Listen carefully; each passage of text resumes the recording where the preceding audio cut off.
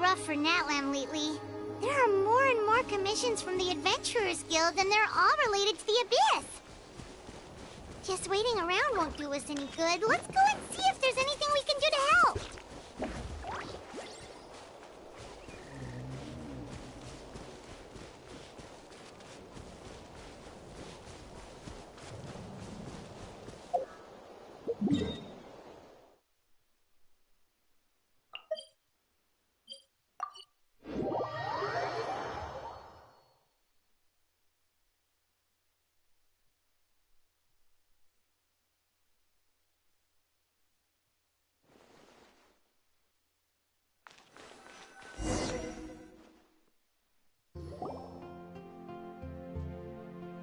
I see. Thank you so much. The Adventurers Guild has been overwhelmed these days. No worries at all. We've always valued the strength of adventurers. Given the current situation, it's vital that we all work together. Since we're facing the same enemies, I'll send you the intel we've collected on the Abyss so far. Then we can take a look at how to coordinate our efforts. All right. Thank you so much. Hi, Catherine. It's us. Got any new commissions? You two have come just in time. I've got some good news. The Pyro Archon has finished assembling her forces and stationed them all across Natlan. Given how the Abyss has ramped up its activities lately, we can no longer afford to act only after receiving news of an invasion. So the Pyro Archon suggested that the Scions of the Canopy and the Adventurers Guild focus on collecting and disseminating intel. That way, we can stay informed of everything that's happening across the land. Once we receive word of enemy activity, we can notify the nearest camp and the stationed forces can take immediate action. Yes, precisely. This should also allow us to focus on gathering information rather than running around and trying to tackle everything at once. So please also take a chance to relax, you two. You've been working hard these days, and this will be a good opportunity for some well-deserved rest. So that's the plan. Whew, we can finally stop and take a break. Paimon knows that. It's not like Paimon just wanted to lay here and do nothing. The movements of the Abyss are always unpredictable.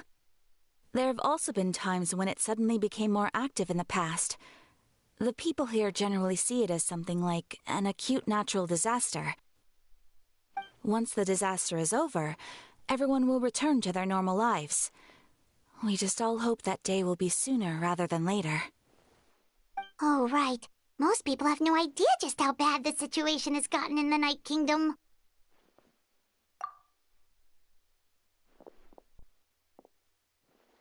Oh, hey, Kachina! Are you feeling better now?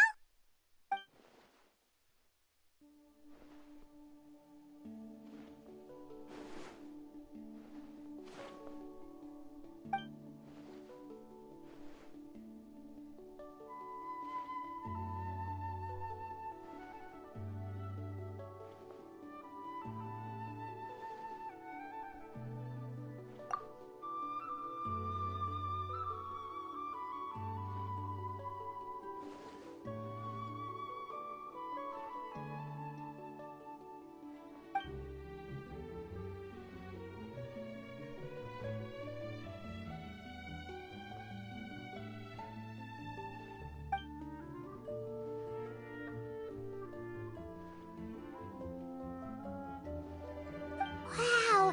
So we'll finally get to meet Shilonen, the legendary forger of ancient names! Paimon still can't believe anyone could forge those things.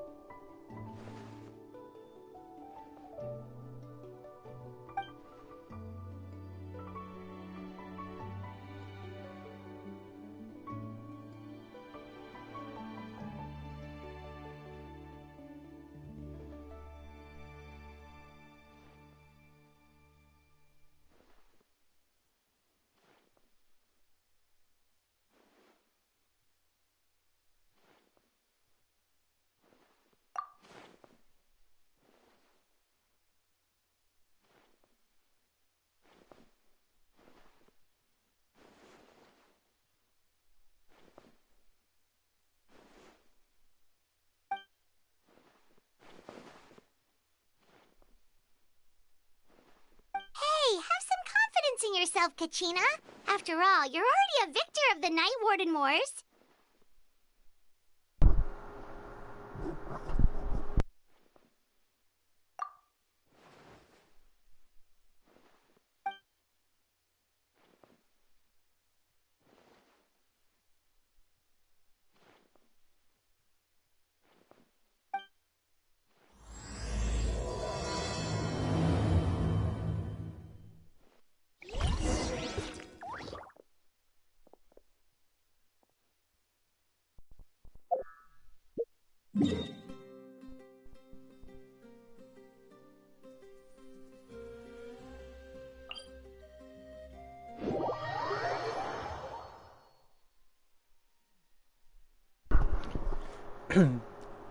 Kachina is a mute now.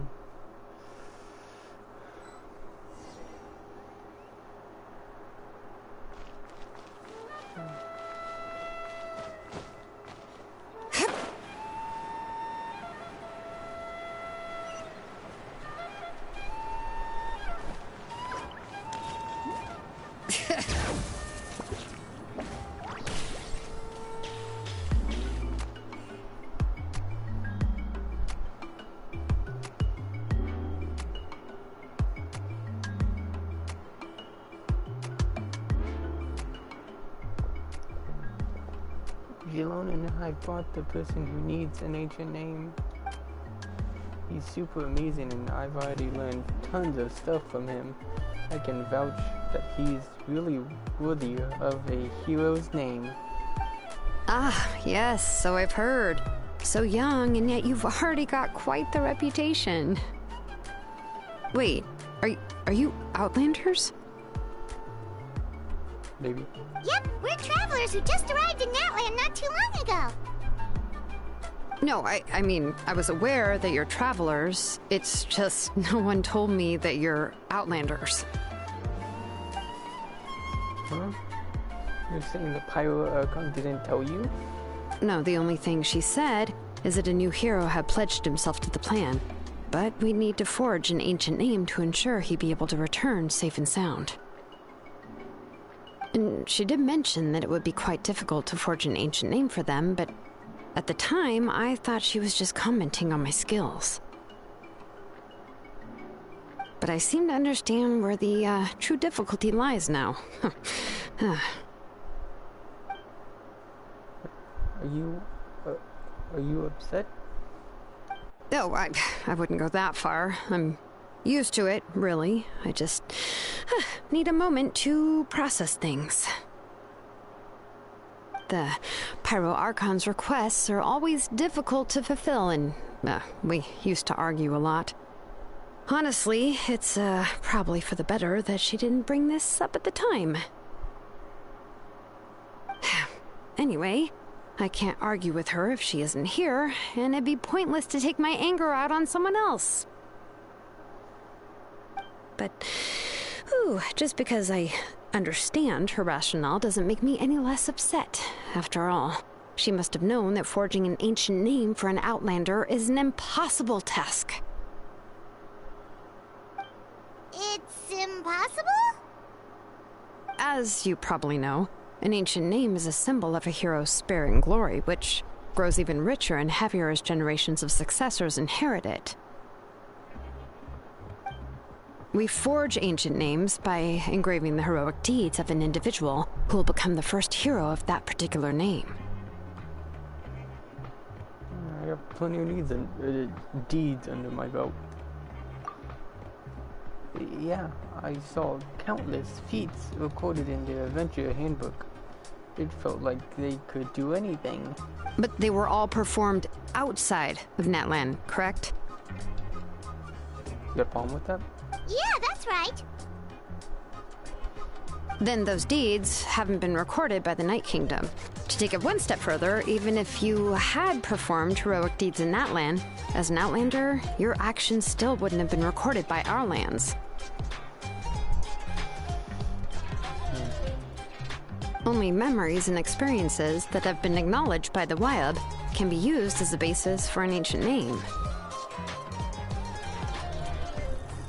Even the greatest of craftsmen cannot create something out of thin air, you know. That's just how it is. Boo-hoo. Seems the Wyatt don't want just anyone to get a name, huh?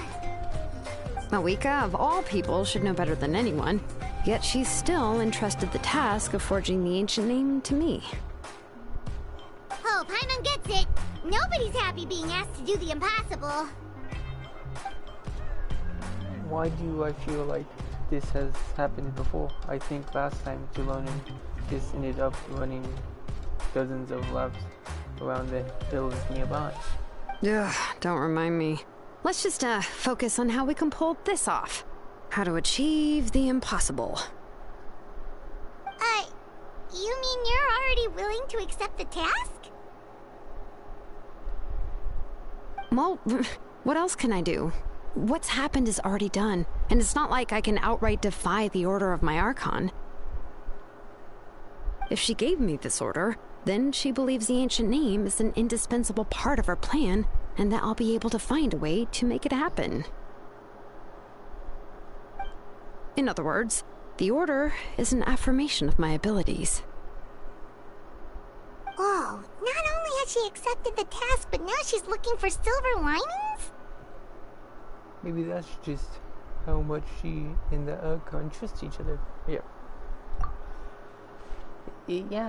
Let's see if we can find some special way to pull this off. If we really can't make it work, I'm sure we can still go back and talk to the Pyro Archon, right? The key is getting the Wyatt to somehow acknowledge the traveler's existence and record his heroic deeds. We heard the voice of a Wyatt when we were in the Night Kingdom before. We even had a whole conversation with her. If we can talk to her again, maybe we can figure something out together. Well, every tribe has their own Wyatt. How do we know if the one you met is indeed the best one for us to talk to? Let's talk to them all. Plus, considering the unprecedented nature of this situation, I have a feeling that the acknowledgement of one Wyatt alone would probably not be enough. Well, we need to get on all 6 Wyatts? I don't know. That requires a level of knowledge that I do not possess. Who does possess it? We need to find a consultant who's an expert on all things Night Kingdom and Wyatt. The first person who comes to mind is Lali at the Masters of the Nightwind. The one we call Granny Eatstali. Oh, we've heard that name before. We used her Spirit Speaker Stone to find Kachina's ancient name. A person who can make something like that must be pretty impressive. I'm unsure she'd be able to help. Still, she's older now and quite eccentric. It's hard to even book a meeting with her, given that she's constantly holed up in her room and doesn't like to be disturbed. I've heard that to get her help, you have to be extremely patient with her and know how to keep her spirit up. I hate to break it to you, but... Huh. Why is that? I mean, didn't she already help you before? And you even managed to save Kachina. Well, yeah. At the cost of her Spirit Speaker Stone being split into 2.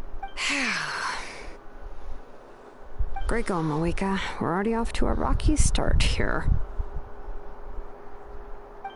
In that case, I guess your only option is to try to emphasize that this is an important order from the Pyro Archon. Hopefully, Lali would still want to show respect to the Archon.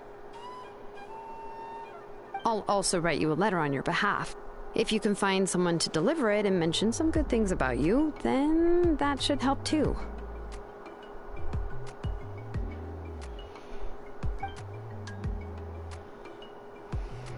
Well, let's ask Kanich to deliver the letter. He understands the whole situation is already a familiar face to it. I'm unsure hopes a Hal won't interrupt when he's talking, though. Alright, Kanich is a seasoned negotiator. I trust that he'll know the best things to say. Indubitably. Great, then I'll go contact him right now. Please just give me a moment to write the letter, and we can meet up near the Statue of the Seven later. Sounds good! We'll take a stroll in the meantime. Indeed.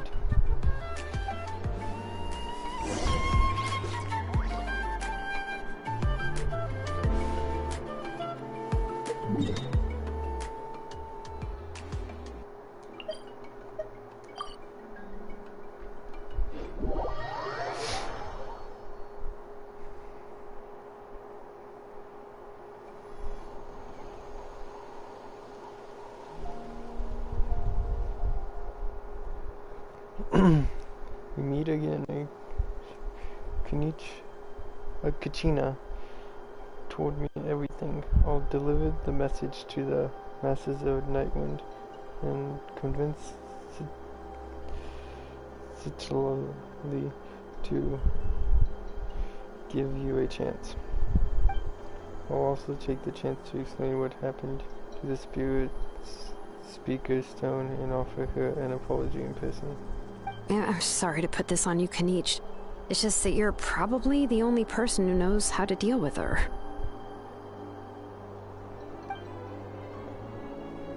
It's alright. We're all working for the sake of the Pyro Archon's plan.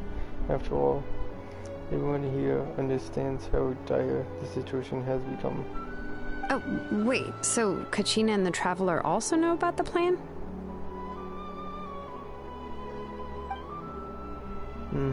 Because we all saw the hero of the past rematerialize right before our eyes, and then Mulani said that a ton of knowledge and memories suddenly flooded her brain.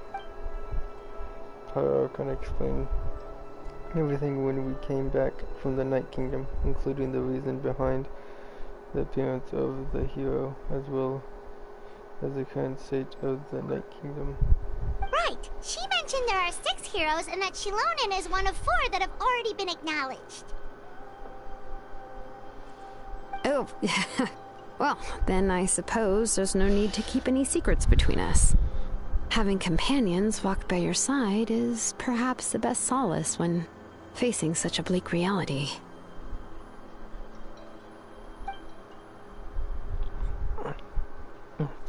I have another piece of intel to share. We've pretty much identified the person who rescued the captain in the Stadium of the Sacred Flame. His name is Rowan, and he also hails from the Master of the Nightwind. However, he's spent most of his life living out in the wilderness by himself, away from the rest of the tribe. That's why his disappearance went unnoticed. By the time Citlali finally realized that he was gone, no one had heard from him for quite a while. Citlali knows him too? Citlali? That's right. Rowan was an orphan raised by the chief of Master of the Nightwind. Many other kind-hearted people in his tribe. Still, he's had something of an odd reputation his whole life. Odd, huh? Given how the Masters of the Nightwind love to babble about dreams and revelations, they're already a pretty strange bunch to most. I've never met Auroran, but if they consider him the odd one, he's got to be pretty far out there. That's right. So in the sense, Auroran and Citlali actually have quite a bit in common, which is why they get along pretty well. Huh. Makes sense. But Paimon wonders how Citlali could be the first one to notice Auroran's disappearance if she spends the whole day in her room. As of now, we still haven't been able to confirm whether Auroran joined the two voluntarily or if he was coerced. Citlali is properly eager to prove that Archon hasn't betrayed his people. I plan to use this as leverage when I go to talk with her. Oh, so if I'm following, you mean we'll help her investigate Roron and the captain's whereabouts? Yes. If you're all on board with the idea, then it becomes a mutually beneficial collaboration rather than just a one-sided request. Even though I don't think Lolly is the kind of person to turn down an order from the Pyro Archon, working together with us will help her focus and not get distracted by the whole Roron situation. Good idea. Yeah! Plus, we kinda owe her one anyway to make up for breaking the spirit speakers down. Yeah. Ah, this is a pretty well thought out plan. As expected of Molly Poke Nietzsche. Then, yeah, I'll leave my letter to you. Let's hope Seat Lolly can meet at the stadium in 2 days. Sure, I'll head out right away. Take care out there, Kniech. I'll be heading back as well. There are still a few things I need to pack. Okay, then let's part ways for now. I'll see you in a couple of days. See you.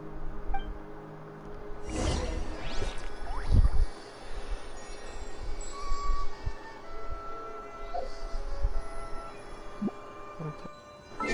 Again. Everyone's in you. Okay.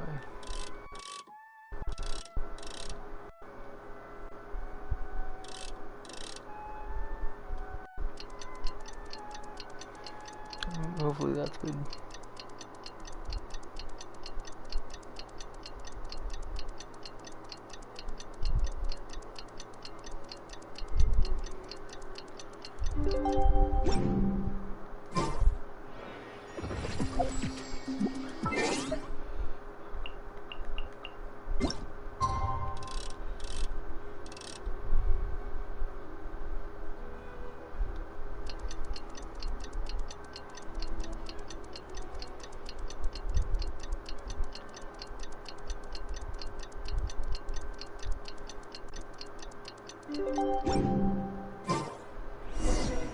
Oh, it's time to meet up with Shilonen. Let's ask her how things have been going.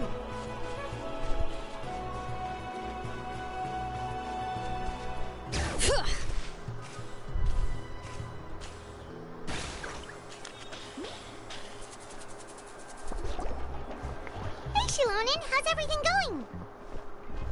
Oh, hi, Traveler and Paimon. I have, bad news. Seat Lolly did not reply to our request. Although, I suppose I'm not too surprised. Huh? You mean she didn't even bother to give Kniech a response? Guess she really does have quite the ego then. Yeah, well, she can be also quite eccentric, though she's one of the most gifted people around. Even the Masters of the Nightwind often struggle to work with her. My guess is that she probably has other reasons for not deigning us with. But let's go to the stadium and see if we can meet her there. If we do get a chance to talk to her in person, we can still try to work something out. That's true. Let's go!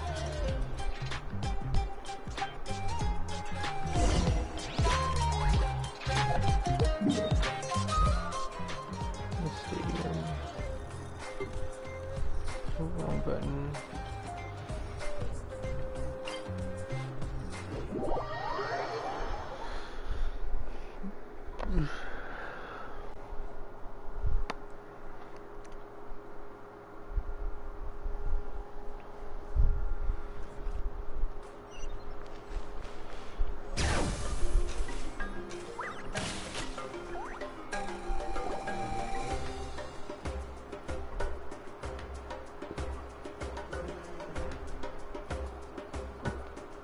Paimon doesn't see anybody.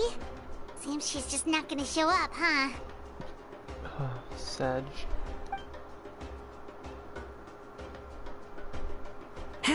Well, we tried to be as considerate as we could, but she's under no obligation to help. That might be true, but this is still a request from the Pyro to always answer the call of their Archon? A subject? Well, if you ask me, I'd say we're all more like friends with the Archon. Yes, Mawika is our leader, but that doesn't mean there's any kind of tall barrier between us and her. The only thing is that she often has very high expectations of us. Huh. So even though she's super powerful, it sounds like she's actually pretty down to earth and easy to get along with. Unlike that old hag Granny Eatstily, right? Does she think she can ignore us just because she's famous? You all talk about her like she's some kind of huge deal, but she didn't even bother to reply to our letter! Seriously, if she didn't want to come, she could at least let us know. If that's what aging does to you, Paimon never wants to get old. Oh, really? So, that's how you see me? Huh? Who's there? Who's talking next to Paimon? Oh, don't mind me. I'm just a disgruntled old hag, right? Come on, relax. I'm sure my bark's worse than my bite. Huh? See, Lolly. Wait, you're Seat Lolly? You're Granny Eatstily? Yes, Granny Eatstly. But emphasis on Eatstly, not Granny. You must know this trope from light novels, surely. They use it all the time. The young man who's actually the oldest person in the room. The girl next door who turns out to be a seasoned veteran. The wise sage who looks like a little kid. Yep. Oh, wipe that look off your face! You've seriously never seen an older lady that doesn't look her age? Okay, well, don't go thinking it's a trick either. See? I'm barely wearing any makeup. Did I forget to mention, she's called Granny, but she's actually pretty young. It was an honest mistake. I guess we've just gotten used to it. I'm sorry. So, how old are you actually? What? How dare you? Don't you know it's rude to ask a lady her age? Paimon really didn't mean to offend you, it's just that your case seems really unique. Oh, Paimon just wanted to apologize, but now she's putting more and more of her foot in her mouth. Really, Paimon just got a little mad since we thought, well, you were gonna leave us out to dry.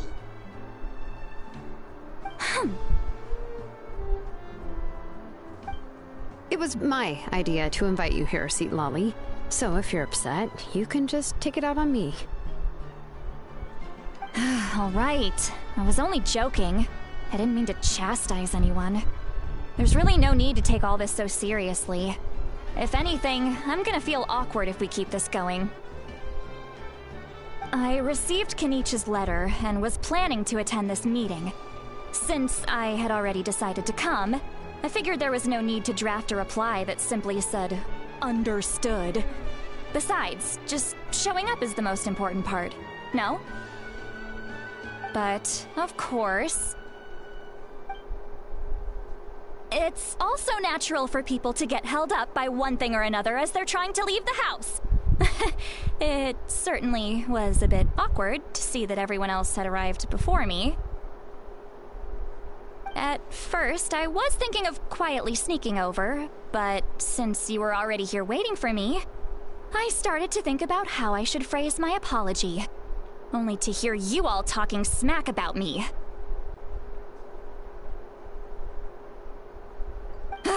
Anyway, that's the whole story.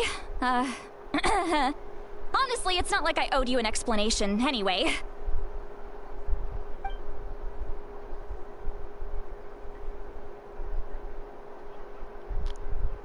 Okay. What's with that expression?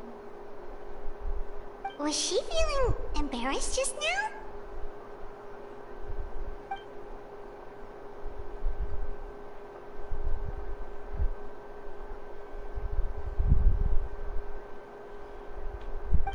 When the Masters of the Night Wind say they struggle dealing with her, I wonder if the feeling is mutual. She seems to be pretty awkward herself. Everything she does and says seems a little forced.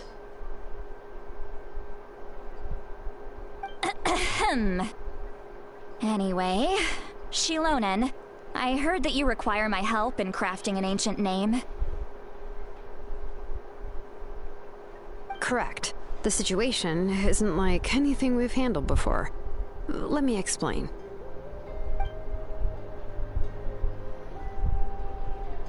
I see. So Mawika has asked you to forge an ancient name for an Outlander. Well, that would be a first.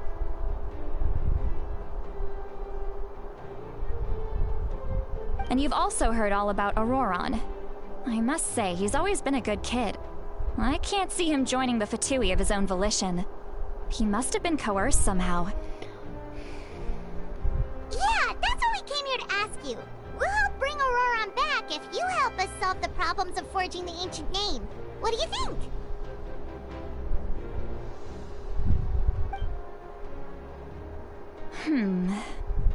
I suppose I'll just call you Traveler for now. Traveler, come here. Let me take a good look at you.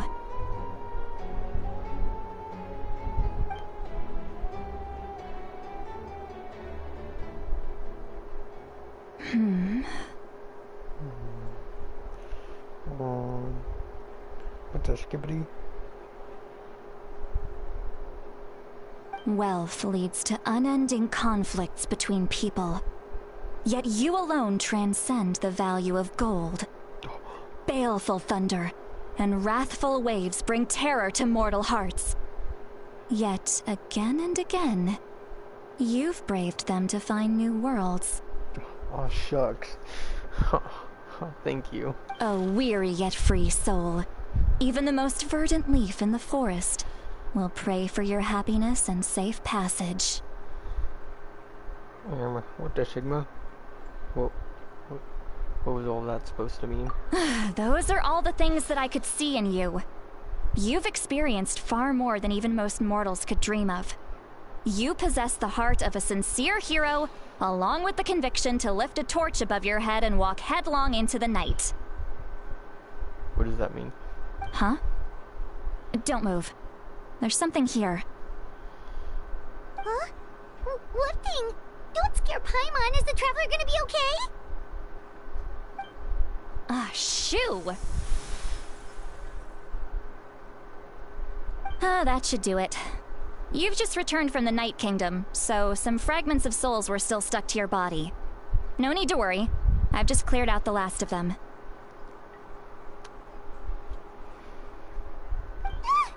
Isn't that kinda like having part of a ghost come back with you? It's nothing as serious as that. If left unattended, the most it could do is stir up some chaos in your mind, and generally worsen your mood. Well, in that case, better to get rid of them. Thank you. It was nothing. Shilonen, let's follow your proposal. Once you've brought Auroron back, I'll take you to see the Lord of the Night. The Lord of the Night? But don't we need to talk to the Wyab of the tribes? Something this important is beyond their jurisdiction. Only the Lord of the Night can decide whether we can grant an ancient name to one who does not hail from our lands. The Lord of the Night is an ancient entity that rules over the entire Night Kingdom, constantly borrowing the power of the sacred flame to combat corrosion from the abyss. Oh, so you're basically saying it's even more powerful than the Wyab of the tribes. Well, that sort of makes sense, being the lord of the entire Night Kingdom and all. Not exactly. It's not so much that one's more powerful than the other. But never mind. That's not important. It would take too much time to explain. Okay. Just listen carefully to what I'm about to tell you. The Lord of the Night is currently in a deep slumber, and we can only communicate with its consciousness while in a trance. In other words, in a dream. I had a dream once. But I will need to prepare a few more things if we are to hold a ceremony to achieve the state of the trance. I'll make a list. Can any of you get everything for me?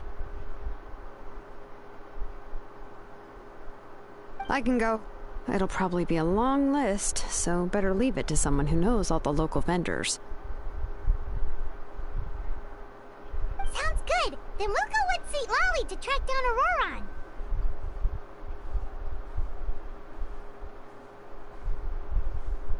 Phew, the Fatui are nothing to scoff at, so please, be careful during your investigation.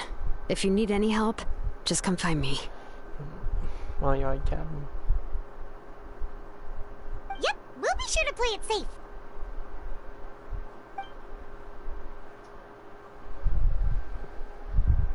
All right, now it's time for us to catch that brat and bring him back.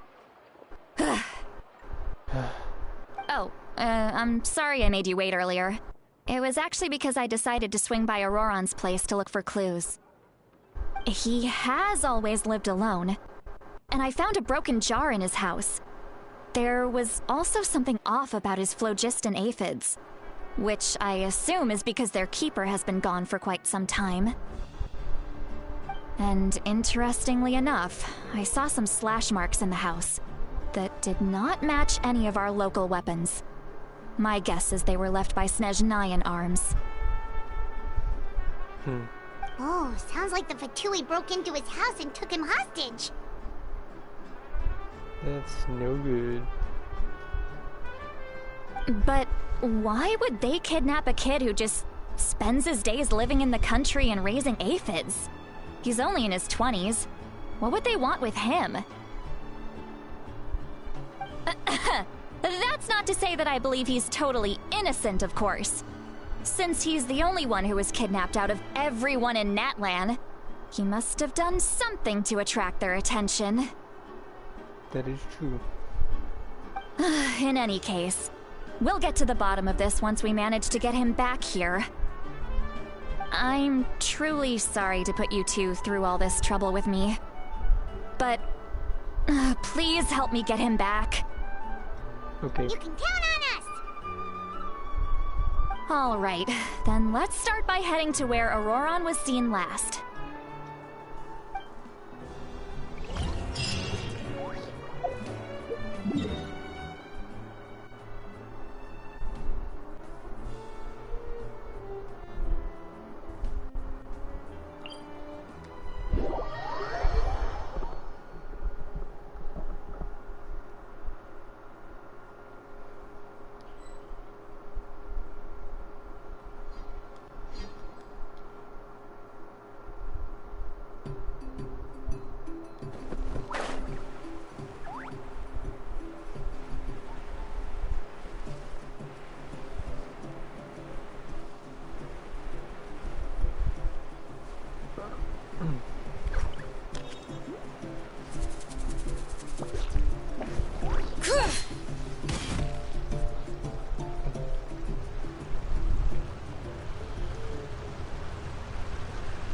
This is the spot.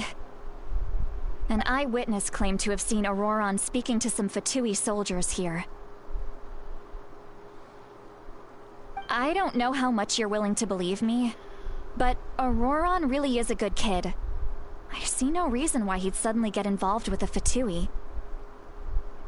I'm convinced that what the witnesses saw was actually the Fatui coercing him, or perhaps trying to extract information. However, I doubt anyone would believe me, given there are no signs of a fight. Didn't Kanich say that she's a big name in Natlan? Feels kinda weird to see her so frustrated and helpless like this. Could you tell us a little more about him? Auroron? Well, he was left at the side of the road as an infant, and the people of the tribe took him in. You could say that everyone had a hand in raising him. He learned a lot from us, and once he reached adulthood, he built himself a house out in the countryside. He spends most of his days growing vegetables and raising aphids, living off of what he harvests from the garden. He's always been such a good kid. He would even get his friends to deliver whole bags of fresh produce to my place.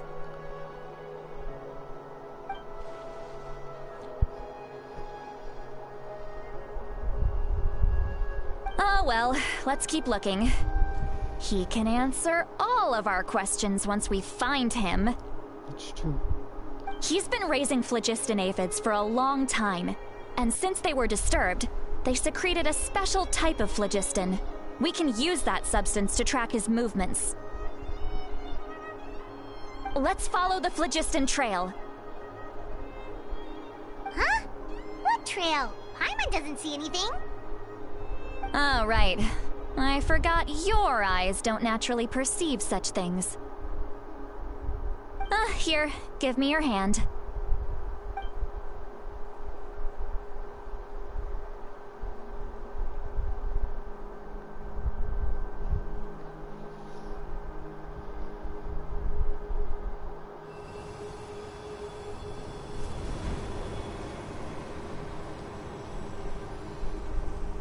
Huh?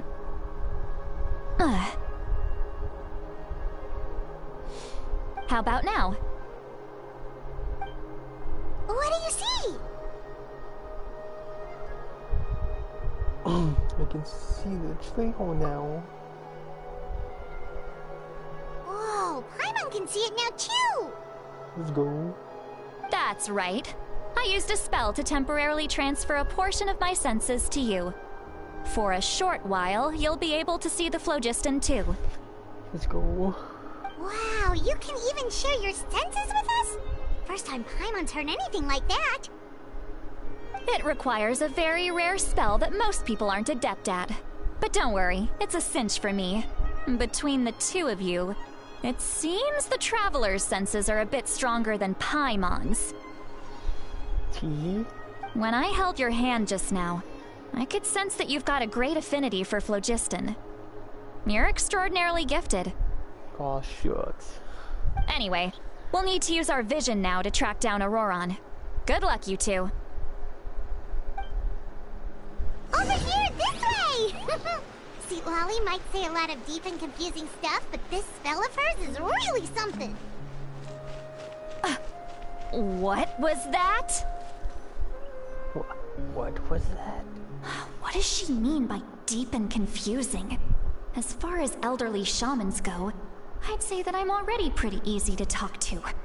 Is there any other old hag who's as fluent in the language of the youth as me?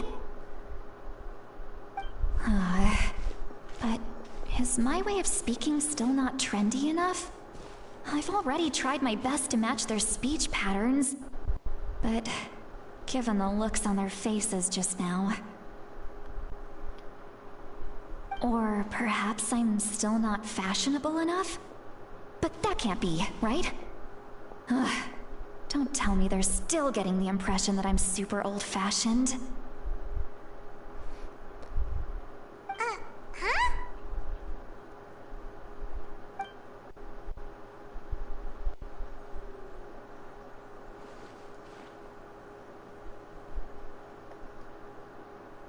Was it all in my head? Are the voices coming back? Was that Sweet Lolly's voice?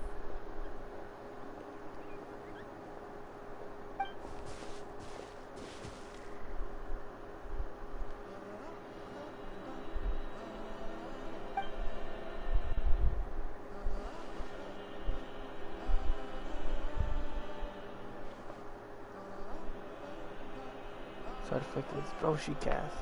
Now that I think about it, it's a good thing I found some helpers this time. Some things are best done with the help of friends.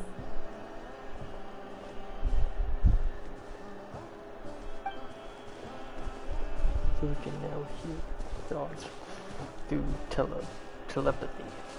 Wow, this is amazing. Something like this could only happen with such Lolly. Oh? They appear to be feeling quite confident. Looks like our work will go smoothly. Mm-hmm.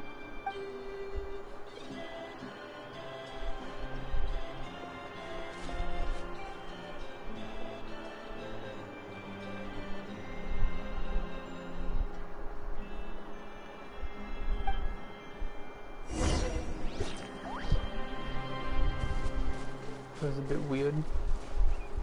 Hey, looks like there's a new camp over there. Yep. Judging by Paimon's experience as a guide, it definitely looks like people set up camp here. Good job, Paimon. Proud of you. Wait. The phlogiston here is a bit odd. Let me see.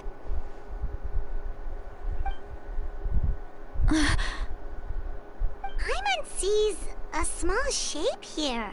Could it be some sort of symbol? This is a distress signal for the Masters of the Night Wind. Only someone from our tribe would recognize it. So Auroron was indeed being threatened.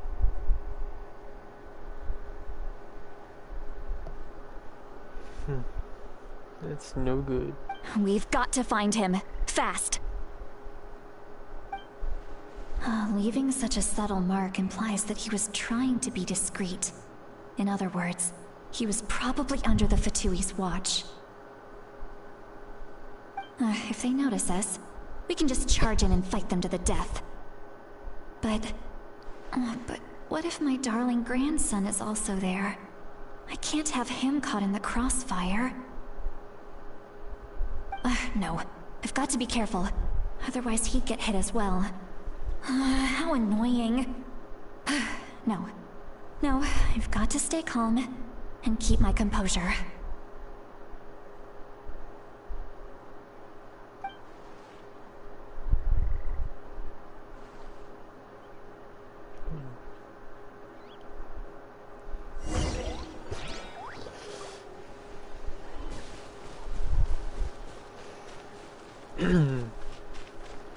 She's starting to geek.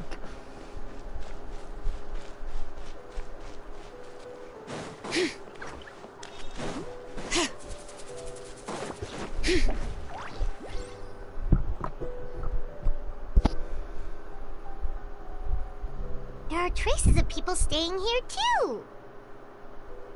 Wait a second. The phlogiston around here is jumbled up. I can also smell a mix of elements in the air. Pyro, electro, and some other elements as well. Kanich told us that you were super amazing. No wonder you can sense so many more things than us. It's about time that little brat said something nice about me. There are signs of a struggle here. Judging from what's left on the scene, there must have been a fight. But after that, the factions seem to have gone their separate ways. Both the phlogiston and the elemental traces in the air support that. Seems like Auroron found a chance to fight back. Do you still remember the little mark we found before? Paimon's thinking, what if Auroron wanted to leave another distress signal, but was caught by the Fatui?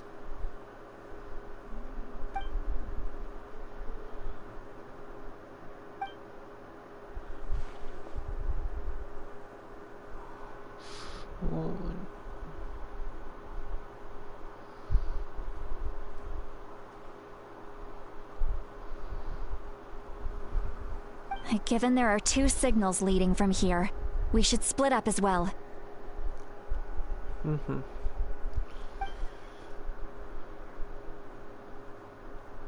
I'll take this direction, and leave the other one to you. Let's meet up again later. Yes, ma'am. Auroron, what the heck were you doing? It's one thing to trouble me, but now I had to bring other people into this as well. You little brat.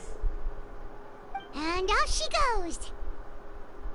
Traveler, did you hear all of that as well? Once Seat Lolly left, that voice went away as well. Paimon even tried calling her name inside Paimon's head, but there was no response. It doesn't go both ways. So you were thinking the same thing! Paimon also thought that if we could hear what she was thinking, then she could probably also hear what we were thinking in our heads. She did say that she was quite adept at this spell, and it doesn't sound like she's had any trouble with it in the past. Huh, maybe we're a special case and can hear her thoughts as a side effect. If you think about it, she's really got a lively inner world. It paints quite a different picture from Paimon's first impression of her. Indeed. Let's get on our merry way. Bring it! Paimon sees some traces here. Let's follow them and see if we can find anything up ahead.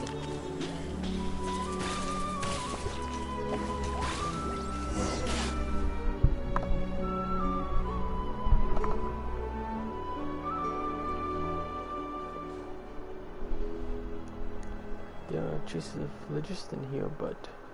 Did you find something?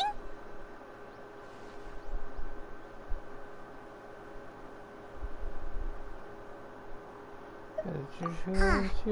So we can't tell where Auroron might have gone from here. That's weird. The phlogiston trail suddenly stops. We can't make anything of these footprints either. What's that in the distance? But he can't have just evaporated into thin air, right? We know he wasn't alone. He had all those Fatui with him. This is all extremely strange also. So, you can hear the sounds of the wind from beneath the earth.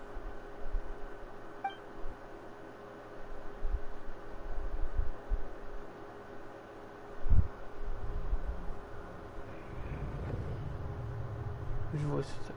Yeah. Auroron?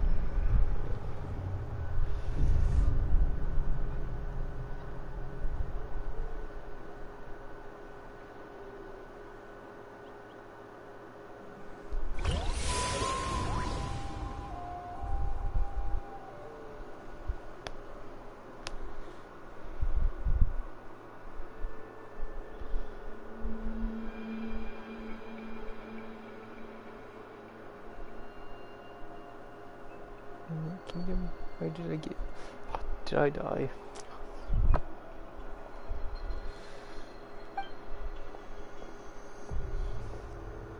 Who's there? I'm very sorry, but please do not move. I have no desire to hurt you.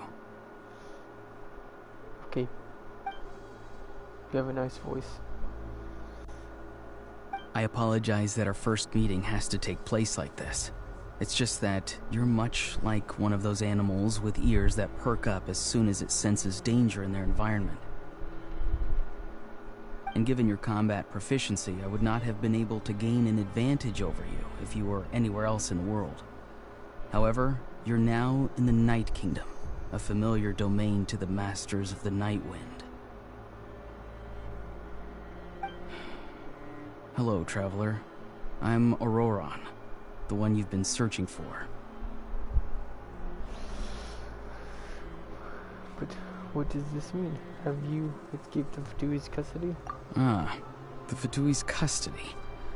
I see. So even Granny has told you that I was coerced by the Fatui.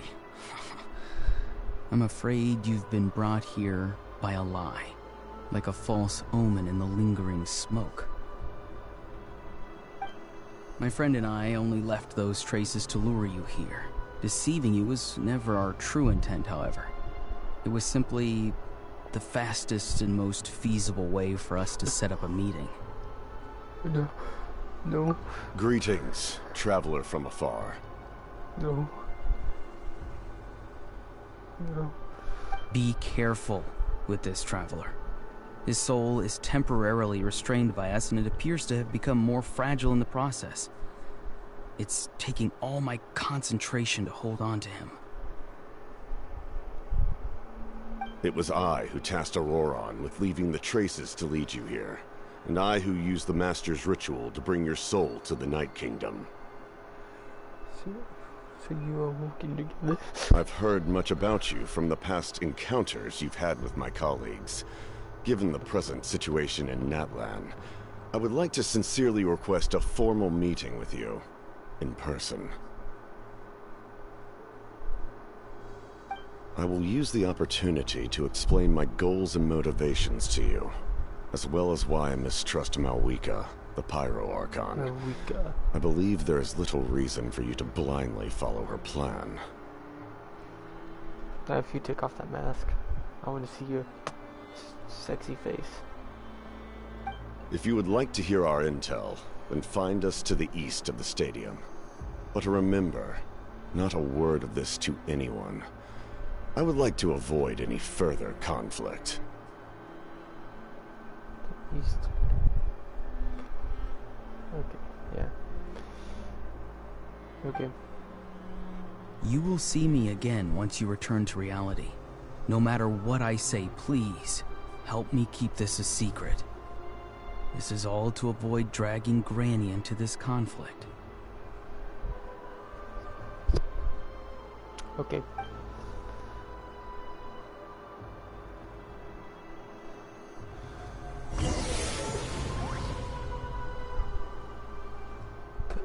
Capitano.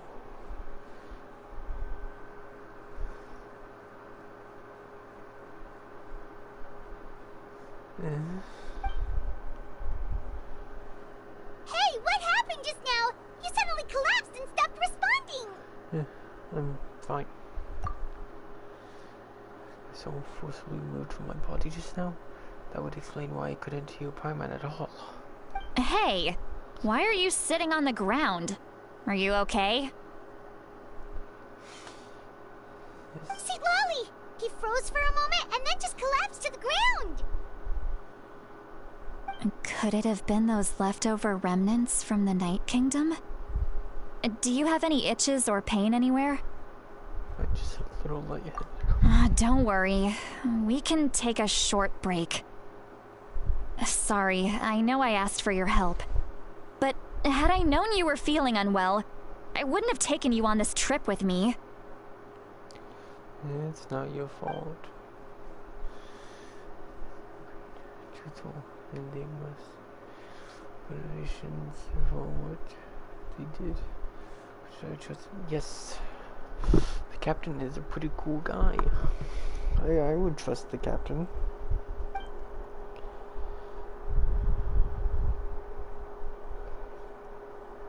I could share everything with Palmer and Silali right now, but they given up on the lead. I still haven't had much fun with either the Fatui Masters or Nightwind. I suppose I'll stay quiet for now and see if I can find something else. If you're feeling sick, you should just say so.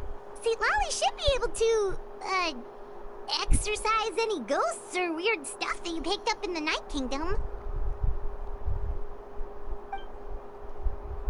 A seasoned traveler must know the importance of not pushing yourself beyond your limit. If you need anything from me, just say the word. I'm feeling fine. In any case, let's take a bit more time to rest now.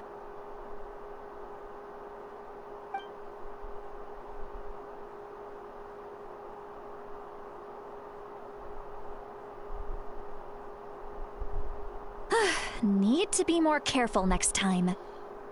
Yes, ma'am. Feeling better yet, Traveler? Yep. All right, let's get ready. I followed my phlogiston trail earlier to a stronghold guarded by soldiers. I have a feeling that Auroron is probably being held inside. Oh, so it's close by. Then let's head over right away. Well, I recruited you to be my helper, which means we're in this together. Like the wind and the clouds. We either move as one or not at all. Makes sense. But if you want to make it up to me, then just be sure to fight extra hard when the time comes. Yes, Mommy.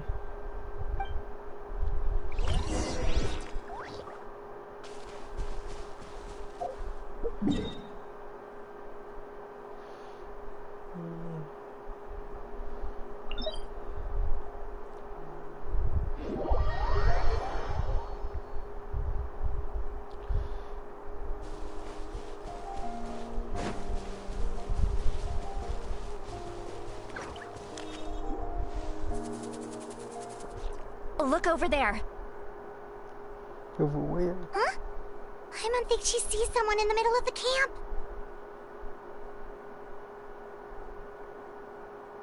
That's Auroron. So he really was taken by the Fatui.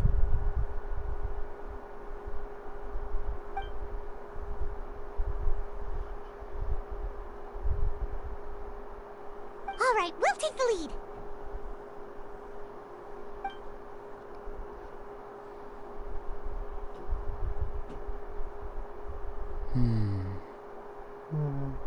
Hey, quit daydreaming. Don't you have work to do? I cannot see the sun. What? Without the sun, I cannot see the truth. You are currently blocking the light, so I must beseech you to move aside. Huh? Okay, Mr. Philosopher. That's enough mumbo-jumbo. Wow. I'm going to rip that guy's head right off. Do it, I would say. Blood and guts spilling everywhere. St. Lolly's struggling to control her temper now. Are you ready? Let's go kick their butts. On my count. 3, 2, 1! Still trying to resist? You've got no idea who you're up against. No excuse for slacking. Attaboy! Huh. Huh. Fall in! Delicate as silk. This should be fun. Oh, coming through! Huh. Huh. Cha! Is that all the ropes? Nope. Let's not waste time. Letting brave names echo! Rally! Drops of color. Scatter! Bam! Who wants some of this? Let's end this quickly. Ha! Have a load of this, sis. Don't be a killjoy. We've only just begun. Let's go to my... Attaboy!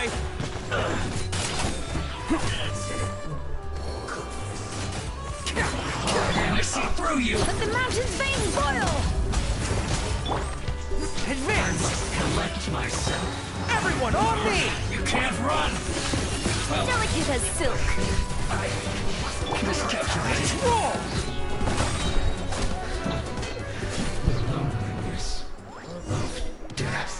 Too easy.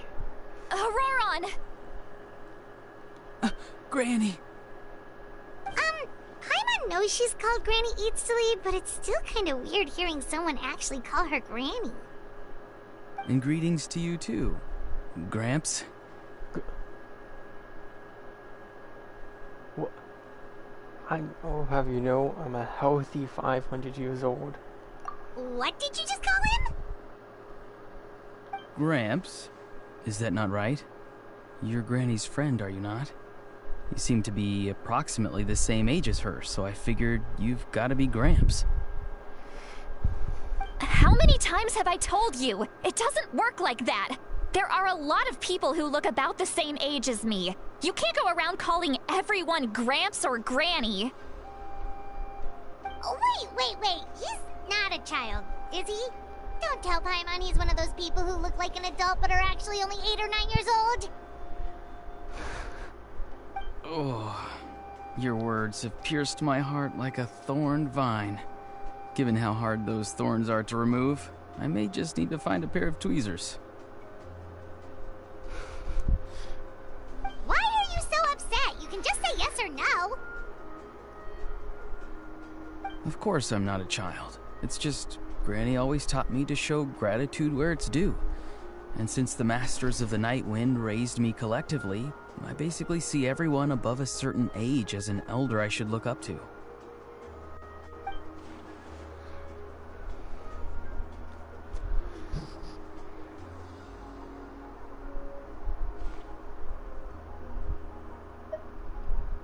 Exactly. But if you keep that up, then everyone's going to be your senior. And do you think saying all of this is gonna save you from a scolding, Auroron?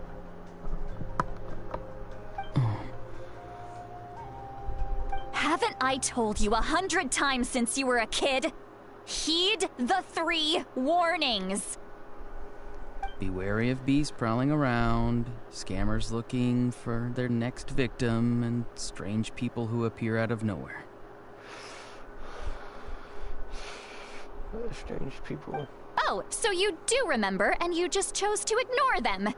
I always knew that living on your own was going to get you into trouble sooner or later. But getting kidnapped? That really takes the cake. You won't always be able to rely on other people coming to your rescue, you know. You're just lucky we got here when we did. Or we might be launching another search and rescue operation to find out where they put your severed head. Oh, well, that's... I'm sorry, Granny. I'll be more careful next time. Next time? Oh, good one. You think there'll be a next time after this? Not a chance.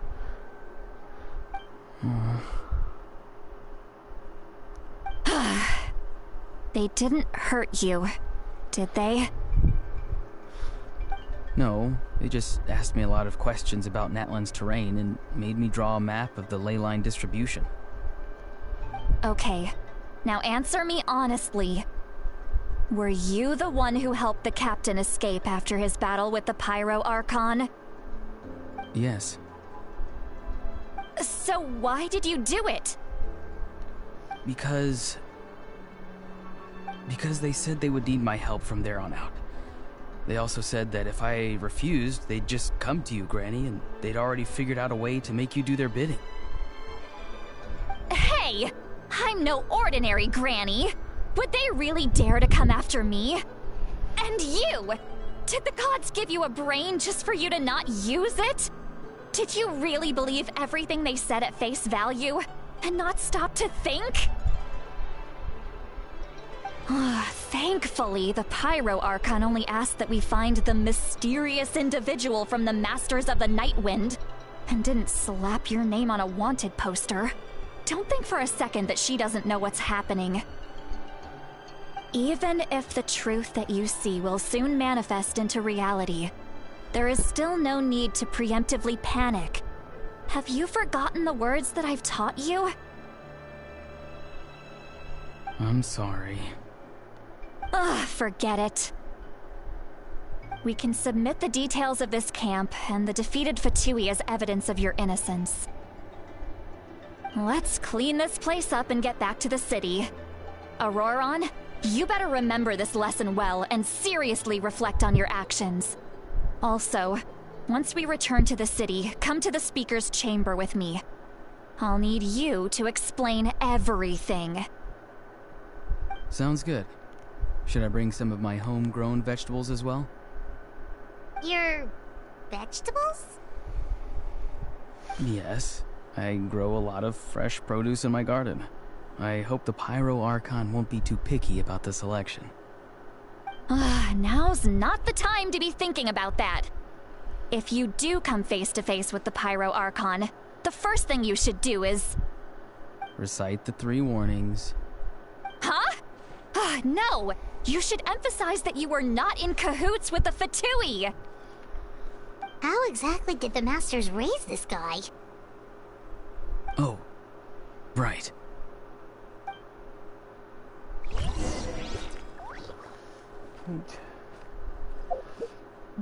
Let's go.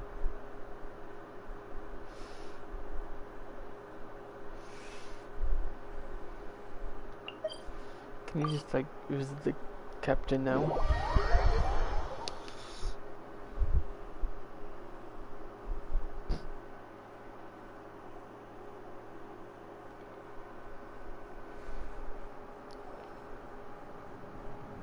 You return to the city and the telly brings you to the speaker show where you recount everything that happened to Auroron. I see. So Auroron came to the captain's rescue because he promised to help him in exchange for Seat Lolly's safety. Yes. That's right. I'm sorry. Now that you know Auroron was only trying to protect another member of his tribe, could I ask you to petition the Pyro Archon for her forgiveness? We'll give her a full report. We'll let you know once she's reached a decision. Will I need to stay here? Technically, yes. But if Miss Lali is willing to serve as your guarantor, then we can release you from custody. Sure. I'd be happy to do that. I don't have any more time to waste here. I still have other things to do. Understood. Thank you very much. Mr. Auroron, please report back to the Speaker's chamber as soon as you've received notice of the Archon's decision. I understand. Thank you. And thank you too, Granny. Whew. Well, at least you won't need to hide your face anymore. Traveler, Paimon, thank you very much for your help. And don't worry, I haven't forgotten about my side of the deal. Once Auroron is settled, I'll go talk to Shilonen and get started on forging an ancient name for you. Oh, thank you! I'll be counting on you. You scratch my back, I scratch yours. It's as good as done. You can just go twiddle your thumbs or something while you wait for the good news. Bye for now. Come with me, Auroron. We've got to find you a place to stay for the night. Goodbye, Gramps. This new infinite ones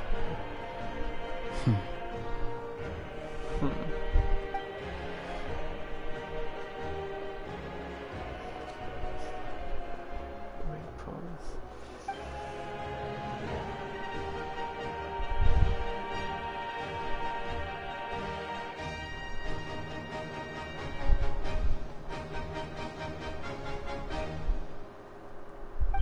We're finally done. Alright, it's time to find some grub. Huh? What is it, Traveler? Over on the big fat filthy liar. What? That captain? Keep your voice down. Sorry. Paimon just didn't see that coming. So you really saw him in the Night Kingdom? And he didn't attack you? Nope. Oh, that Auroron, what is he up to? He sounded earnest enough just now. Paimon would have never guessed anything was happening. All that stuff about protecting St. Lali and being forced to help the Fatui when he's actually been a willing accomplice all along. Still not Yeah, sure. you're right. Still, Paimon appreciates you telling her about this. Paimon will support your choice no matter what, so if you want to go, we can go together. We still have another whole day before the meeting, so we'll just meet with them when the time comes.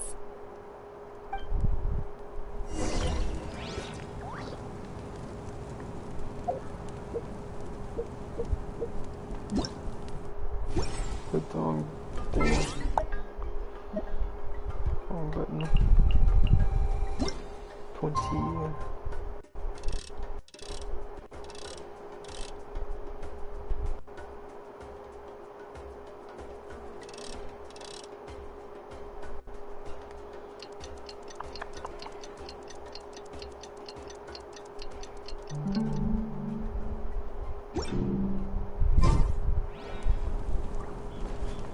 It's 20 to the next.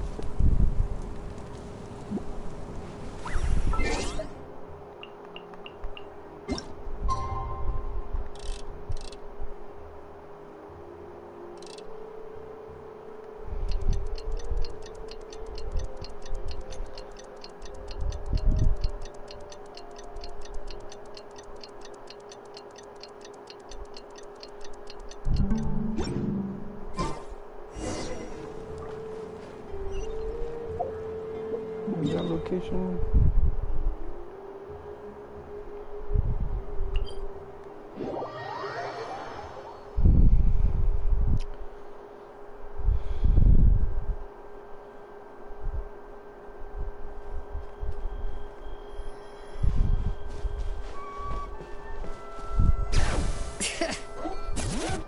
button.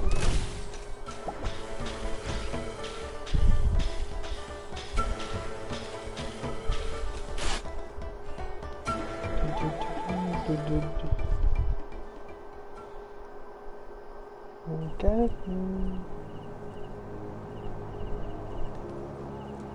Weird. Paimon doesn't see anyone. Oh, please don't let this be a trap.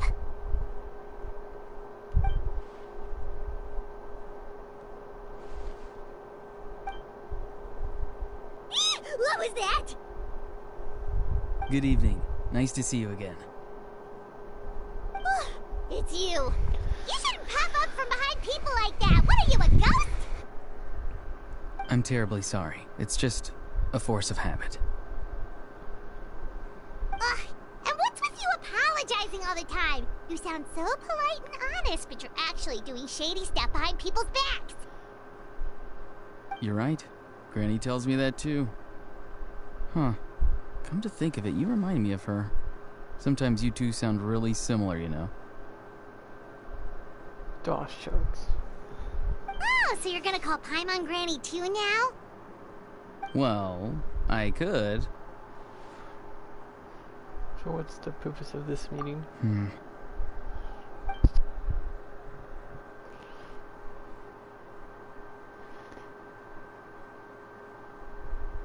It's all clear.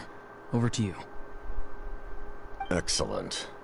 The fact that you showed up proves that I was right about your character.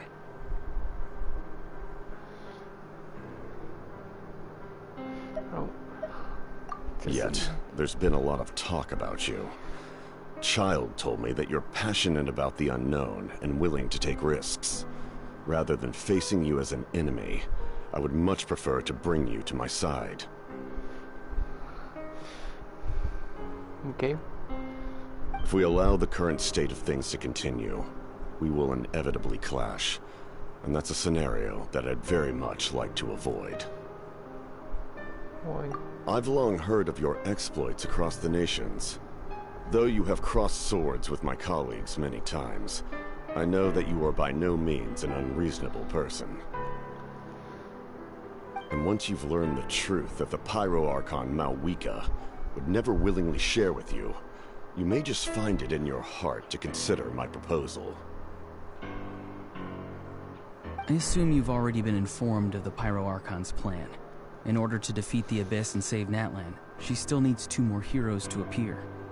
Wait, how did you know that?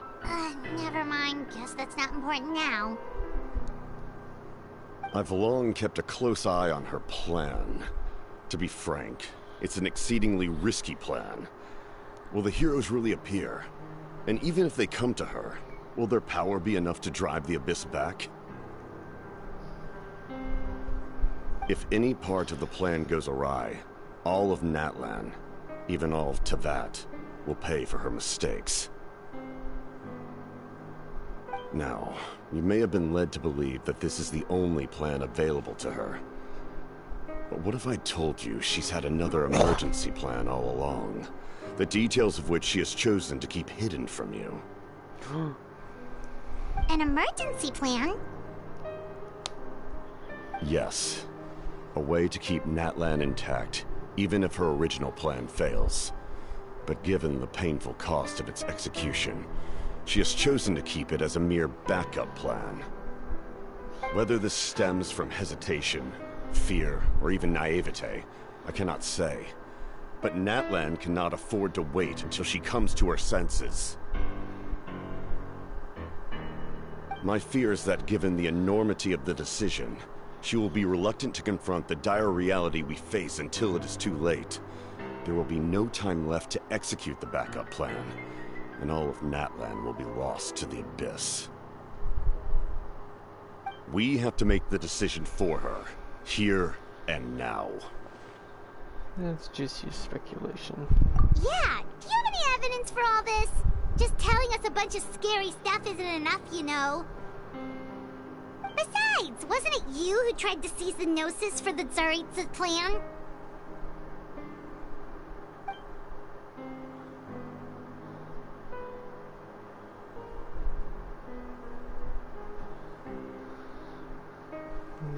Echo Queen. I knew you'd be clever enough to see. That's right. I did not seek the Gnosis for the Tsaritsa. Since I was defeated in battle, I must put to rest my thoughts about the Gnosis. But even so, my desire to save Natlan remains unchanged. And now, I have found a new way to solve the crisis. We can implement it immediately if we reach an agreement.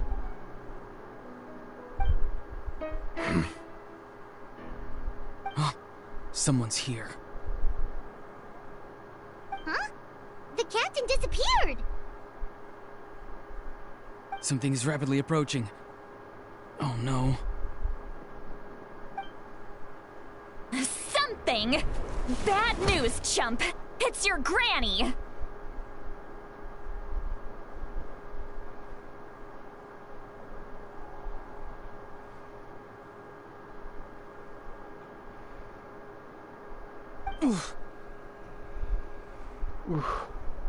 See, Lolly!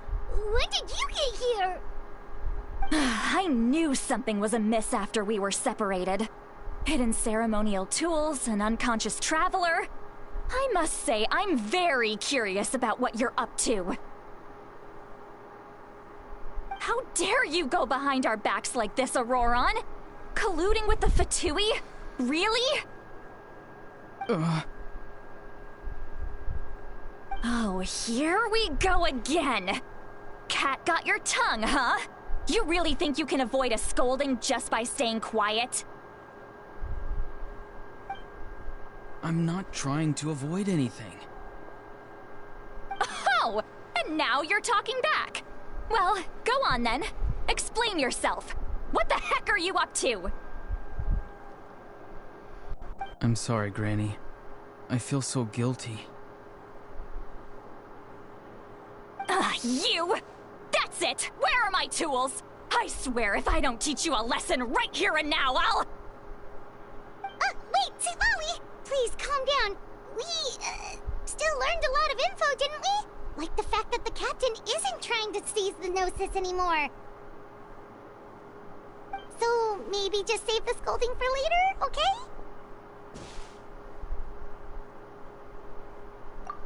Listen well, Auroron.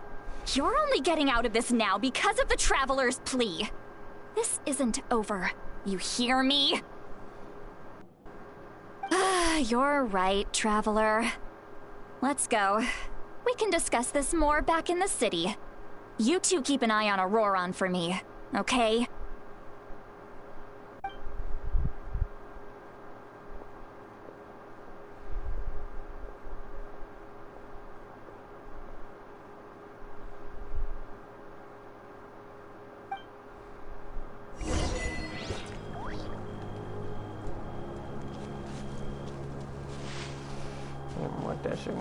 I want to learn more from the captain. You blue-balled me, you cock-blocked me, yeah?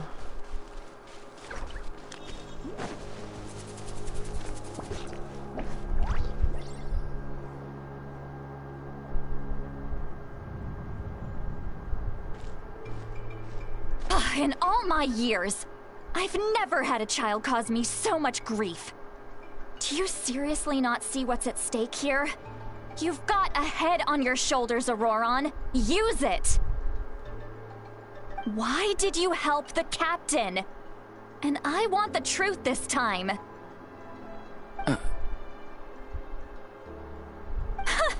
No answer? Think you're being smart? Then let me ask a different question. What does the captain want? What is his purpose in Natlan?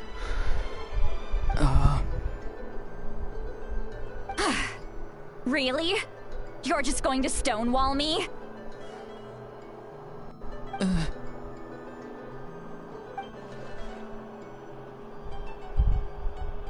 Just use your brain for a second. What do you possibly stand to gain by helping the captain? Only endless trouble awaits you and everyone in the tribe. You've always been a good kid. Why would you throw that all away now? If you're worried about something, just talk to me. Granny would much rather we had a conversation instead of constantly clashing like this.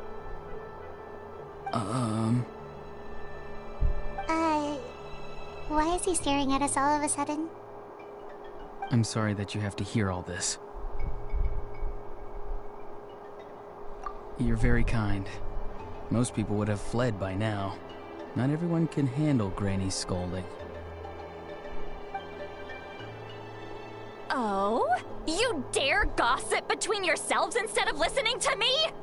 You... Sorry, Granny.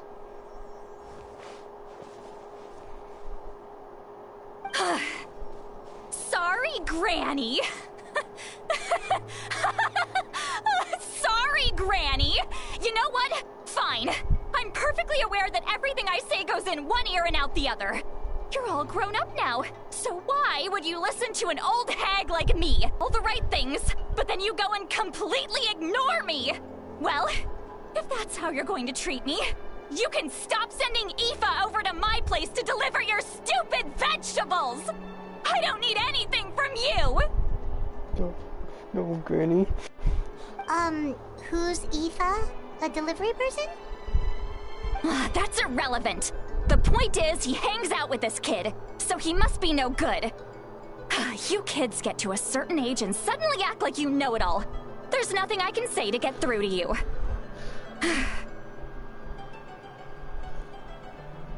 Auroron, if you're still thinking about that so-called duty, then please, just forget about it. The ley lines did not fall to this state because of you. And we've long closed the book on that incident. Seems they've started talking about some kind of tribal history. I'm starting to get lost. That's not it, Granny.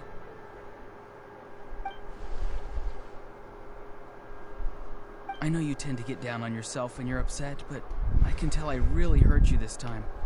All I can say is I'm sorry. His voice. Auroron! Where have you gone?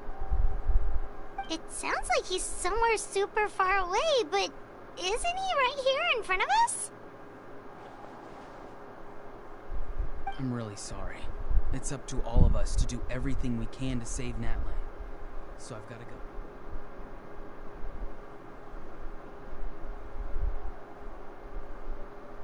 go. Get back here this instant! Auroron! What is this? Powder from plant spores? Is that the trick he used? What just happened? How was he able to suddenly get so far away like that? It's a trick of his. If you grind spores into a powder and spray it in the air, it can be manipulated to create an illusion. He pulled it off flawlessly. He must have put a lot of time into perfecting it. Don't tell me that's how he's been hunting in the fields these days. Oh, couldn't he have picked up something more useful? Little brat. That's it. The next time we meet, I'm definitely going to break his legs.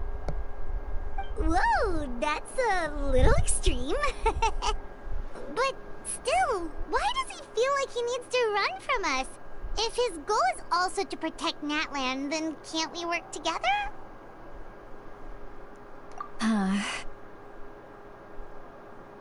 I'm sorry for interrupting your conversation with them earlier. But even if you'd been able to hear them out, there's no guarantee you would have gained anything substantial. Auroron probably did everything he could to get away because he knew I'd get the truth out of him sooner or later. Ah, that brat. I swear.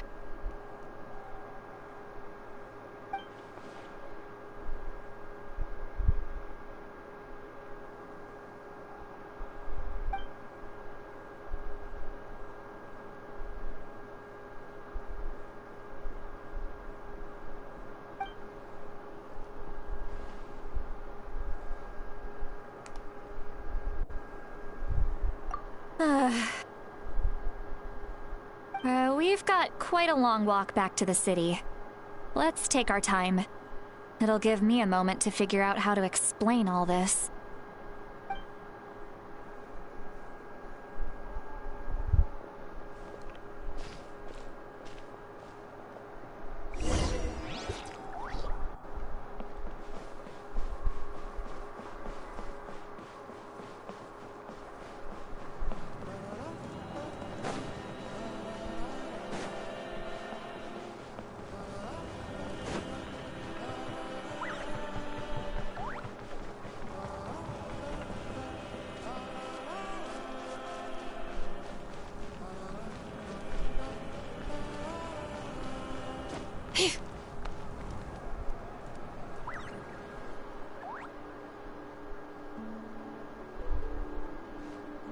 Do you two have some time? Feeling hungry? How about we get something to eat? All right, it's been a while since we last ate. Now that we can relax, Paimon just realized how hungry she is. Then let's go.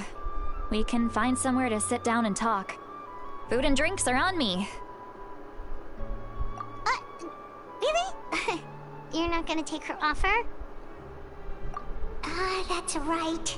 See, Lolly has gotten a lot quieter since Aurora ran away. She seems to be having a hard time. She's right. We're seasoned adventurers, so we're more than capable of paying our own bill. Hey, come on now. You won't even let me take you out for some food and drinks? I just wanted to treat you to a meal. Are you sure? We can save you some Mora. Mora is the least of my concerns. Besides, we're definitely due a meal after all the time we've spent together. Let me get this one. I might be an old hag, but I like to think I'm not completely useless. Sure, that's fine with us, but Paimon doesn't want you to be sad, sweet Lolly. Don't worry. I'm sure a juicy grilled steak will work wonders.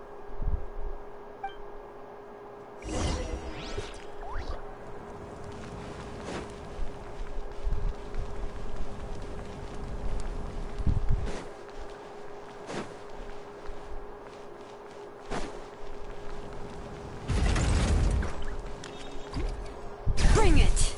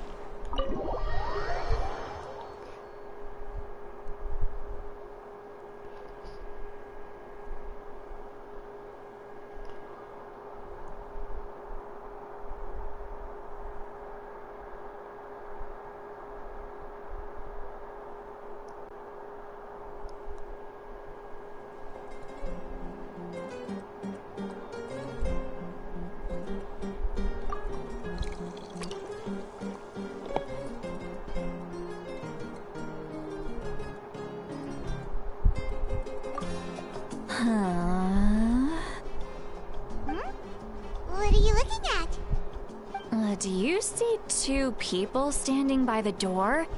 They look like spitting images of each other. Are they twins? You're right. But Paimon only sees one person there. Huh? How could that be? I guess my mind isn't as sharp as it used to be. Give me another bottle, boss! Do you think she's drunk? As if she wasn't. There you go, miss. Oh my, it's not every day you get to see Granny Itzley here with some friends. Not to mention ones who've made a huge name for themselves recently. Oh, so you've heard of us? Of course I have. Aren't you the ones who saved Kachina and brought her back? No wonder you hit it off with Granny Sitlali. She wouldn't spend time with just anybody, you know. I don't even remember the last time I saw her with a new friend. Wait, so you call her Granny too? Well, given our ages, it'd probably be more accurate for me to call her my great-great-granny. She's one of the most famous people at the Masters of the Nightwind. Most days, hardly anyone even dares talk to her. Huh? Gossiping about me right in front of my face now, are you, Chonka? Oh, please, Granny, I wouldn't dare. I'm just beyond happy to see you bring over some new friends. After all, any friends of our regulars are sure to be great customers too. Alright, that's enough. Go on now. I'm sure the other customers would like to talk to you as well. There's no need to keep staring at me. I promise I'll keep my alcohol down until I leave. Well then, you have my thanks.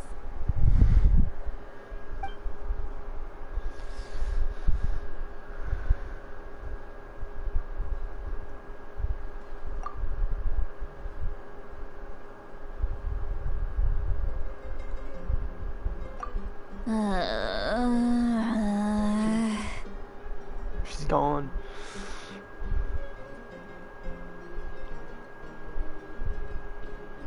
Seat Lowy? Seat Lowy? Who's that? You got some gall calling me by my first name. Let me guess. You want to test your skills against Granny Eatsley, don't ya? Are you still with us, Seat Lowy? You're kinda talking to no one.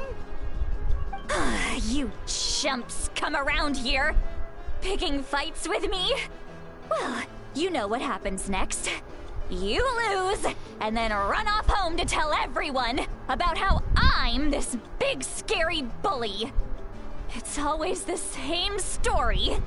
You brats start it, I finish it, and then I end up with the reputation of being some kind of terrible monster among the shamans. I mean, come on. Monster? Me? Really? What did I do to deserve that? Granny Seat Lowy, you're not a monster at all. Exactly! And while we're at it, I'm not some lazy slacker either. Between meditation, advising the chief, and speaking with the Wyab, I actually have a pretty packed schedule, you know.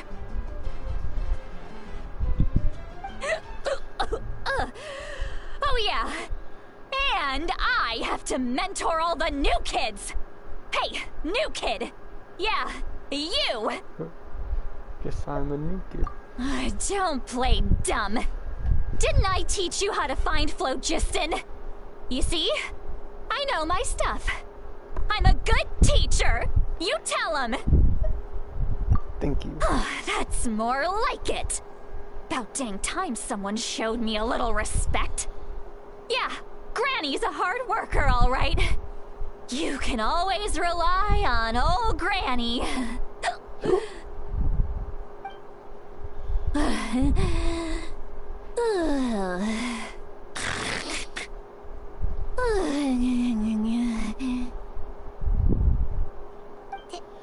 Did she just fall asleep with her eyes open? Oh, jeez. Behind this pitch-black curtain, a chapter of hatred reveals itself. Behind the smoke. The lingering smoke. Ah, she's meditating again. She does this whenever she's had a few too many drinks. Her mind's actually racing at this point. It's quite the opposite of sleep. Is this another specialty of the Masters of the Nightwind? No, I'd say it's an ability that's unique to Citlali herself. While she can easily pick up everyone else's skills and tricks, few have been able to master hers. Warning, warning. Red. Red, the color of danger, has now arisen within that pair of eyes. Huh?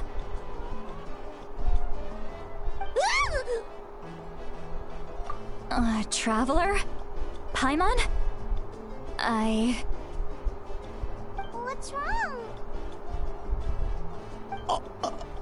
I'm gonna hurl. Hang on, just keep it in. Phew. Okay, it's passed. That was a close one. You had Paimon worried. Paimon really thought you were about to barf all over the table just now.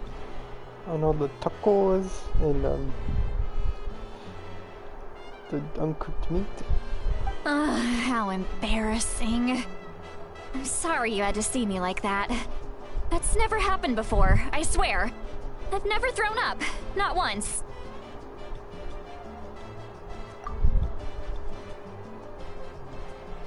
Are you feeling okay? Want to take a quick walk and get some fresh air?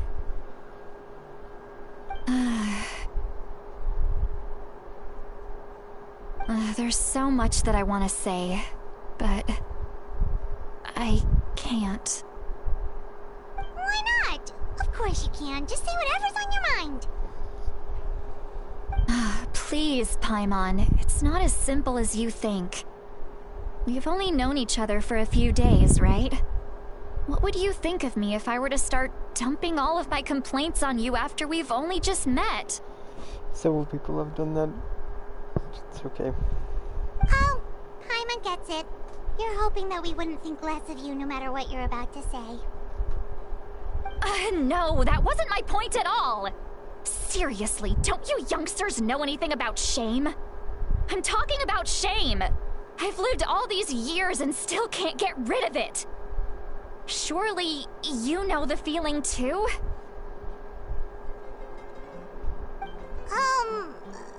Actually, about that. Huh? Tell me what? Yeah, this is as good a time as any.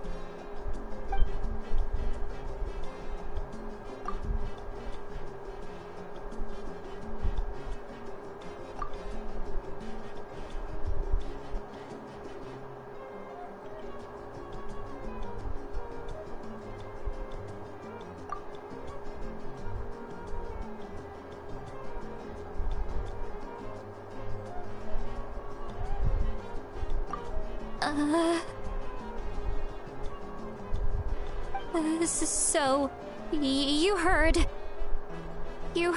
my... It's okay, Sweet Lolly. You had every right to complain about those things. I can't take it anymore! Why do these things happen to me? Hearing me mumble under my breath is one thing, but hearing what I mumble in my own head? That's too much! It's just like when you're rolling on the floor in your pajamas, but you forget to lock the door, and someone bursts in to deliver cabbages and sees the whole thing! Has that happened before? So that, happens to you a lot. It happens to people in general, okay? Doesn't matter if you're 200 years old or 1,000 years old. Everyone rolls around in their pajamas sometimes. I was just picking something generic.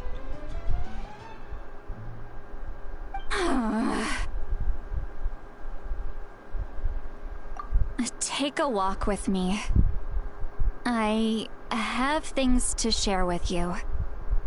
Looks like she's completely given up. Like those criminals who just confess everything and accept their fate.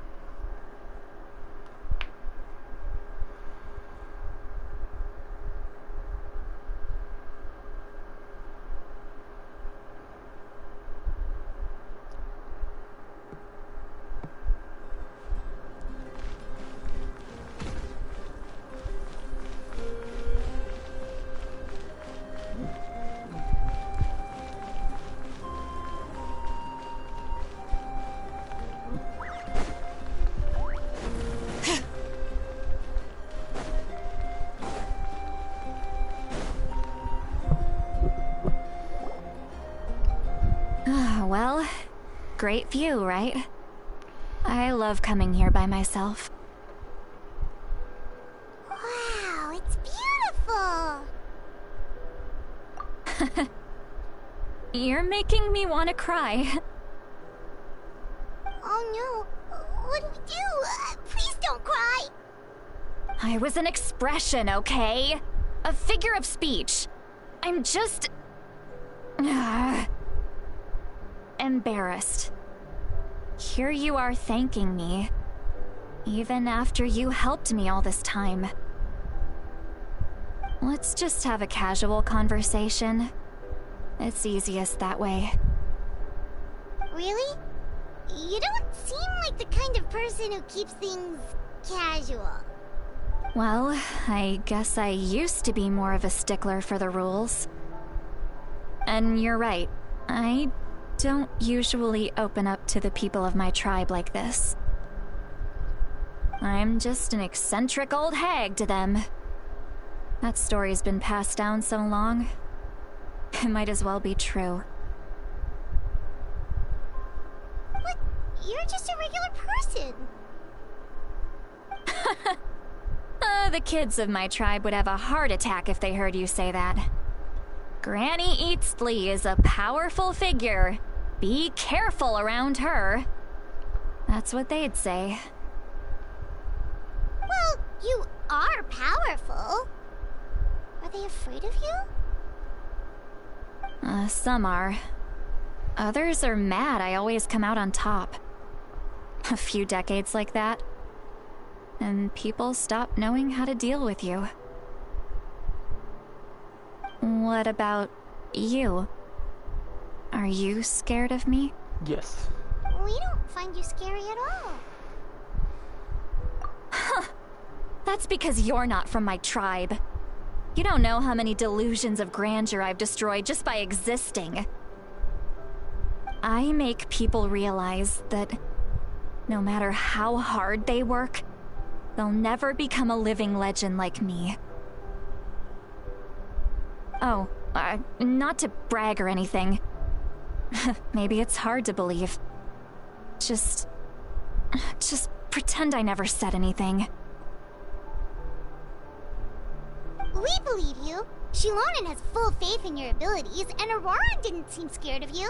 He thinks of you as his granny, right? Yes, but Auroran's a special case.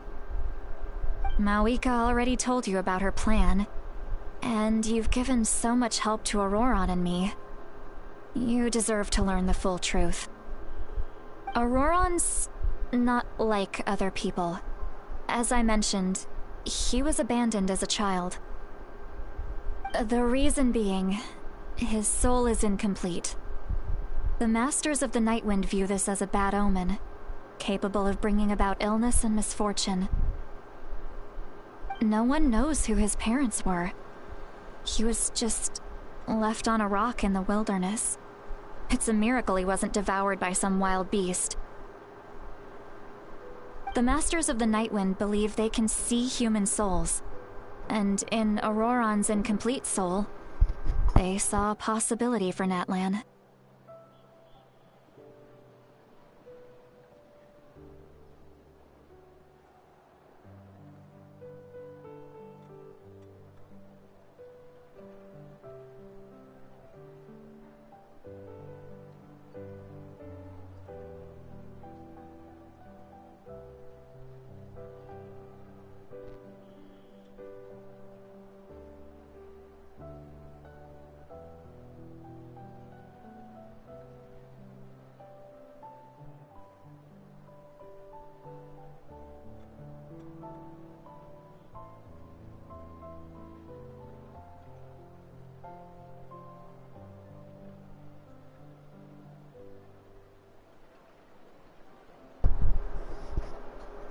A possibility to turn Auroran into a vessel for lost souls.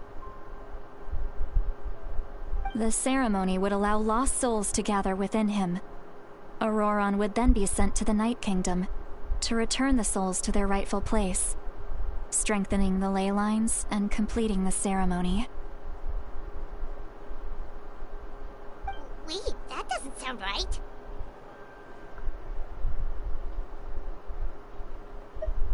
Now you see the problem.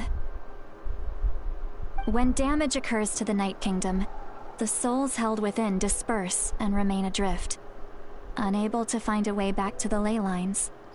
This loss of souls damages the Night Kingdom even further. The ceremony can send back countless souls at once, which would benefit the Night Kingdom and the souls themselves. Of course, the vessel, Auroron, would be sacrificed in the process.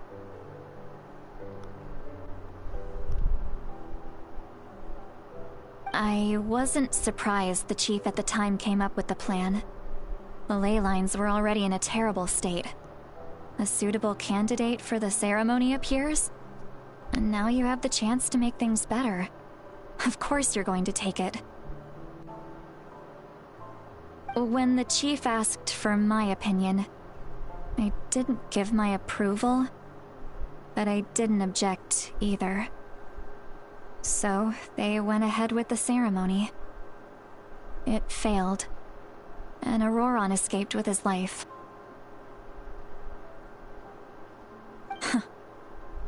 Pathetic, isn't it? By not objecting, I basically gave them the go-ahead. Maybe they didn't have my explicit approval, but it's not like I did the right thing. If the ceremony was successful, Auroron would probably be dead. Of course, in my tribe, death is rarely something to fear. But what kind of message would we be sending by sentencing a newborn to death? By using a human life as a tool? It's not right. So, when I learned the ceremony had failed, I was ashamed by my inaction, and absolutely relieved by the result. The plan was never a secret. Or, I guess I should say, there was no point to keeping it a secret. A simple investigation from Auroron would reveal everything. Everyone thought he would be happy he survived, and he never really said anything to the contrary. But just as I was about to put all of it behind me, he asks this question. Would Natlan have been saved if the ceremony succeeded?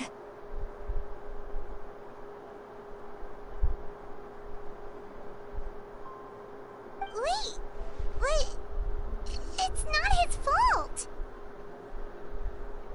He knows that, but he still feels guilty. Auroron has a strong ability to perceive souls, more than any of us. He understands just how dire the situation with ley lines has become. Maybe he chose to work with the Fatui because he still thinks he owes a debt to Natlan. I can only imagine what they told him. Traveler, didn't the captain say he found a way to solve the crisis? Maybe that's what brought Auroron into this. Anyway, we can't just let things go on like this. We have to convince him to come back! You don't look so good, Seatlolly. Maybe you should head back and get some sleep. Probably drank too much. It's okay. The fresh air is doing me good. Okay. Forget that. I need to go home. I hit it a little too hard.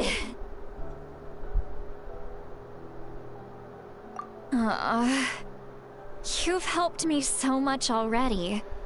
How do I even begin to thank you? Hey, we're friends, aren't we?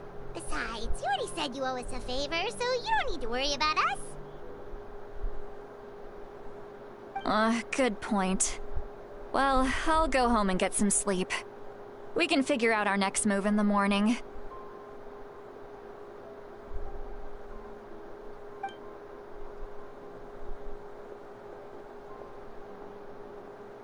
Friends. I like the sound of that. I just got friend-zoned. Auroron's probably back with the captain, don't you think?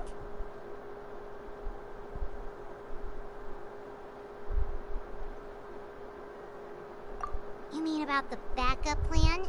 Do you really believe what the captain told us? Yeah, you're right. We should just go to her directly. But she's probably asleep. We can find her first thing in the morning. For now, let's... go to bed. I guess.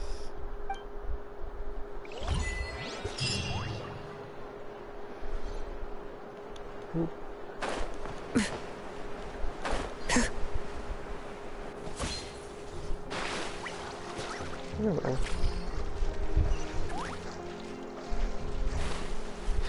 The temperature should be just right at the moment.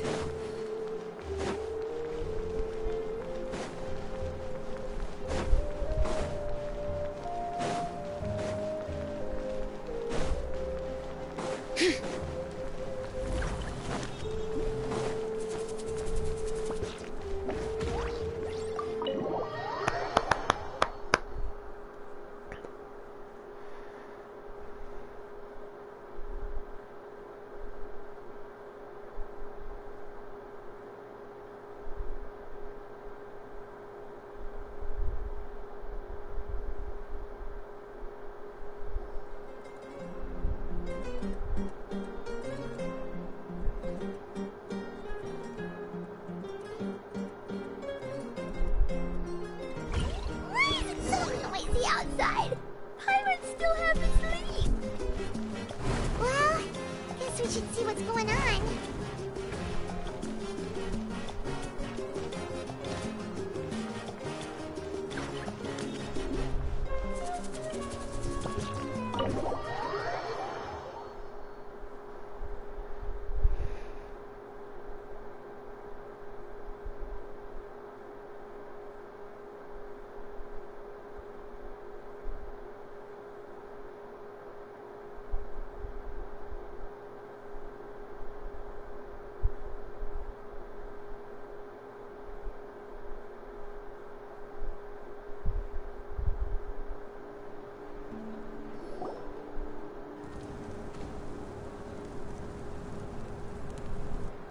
You're already here.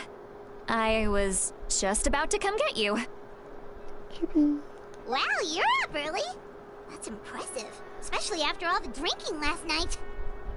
Let's not bring up last night. I'm embarrassed about the whole thing. Anyway, I was also woken up by the commotion. Looks like all the warriors from the stadium are on the move. I heard many areas have been attacked by the Abyss, including the Masters of the Nightwind. I need to head back right away. The Abyss attacked again? Are you sure you can handle it on your own? Do you need our help? I'll be fine. We also have the support of the warriors stationed at the various outposts. Given the quick response, things shouldn't get too serious. It's good. The stadium could always use more manpower, so you should join the forces here.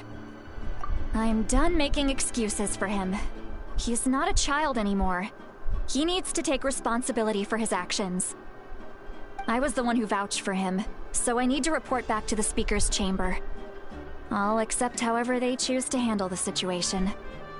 But I should be able to convince them to let me go back to my tribe first to deal with the attack.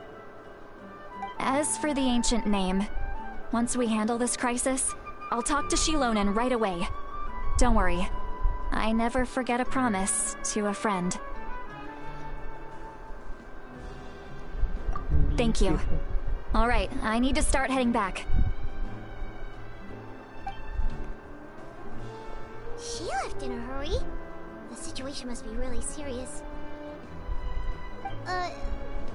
Looks like a lot of people are heading to the stadium.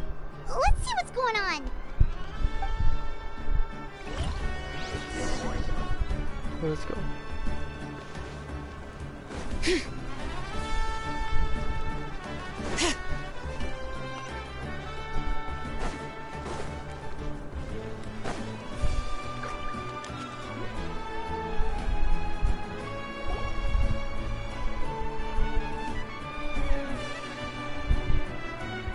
Traveler, over here! Perfect. Our star Outlander has appeared. Oh, I didn't expect Milani to talk. Oh, you're all here! But,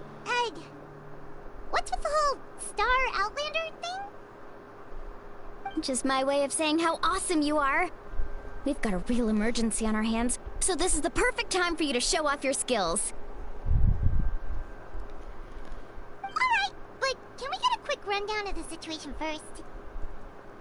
The Abyss suddenly attacked the Collective of Plenty, the Masters of the Nightwind, the Children of Echoes, and a number of our camps and outposts in the wild.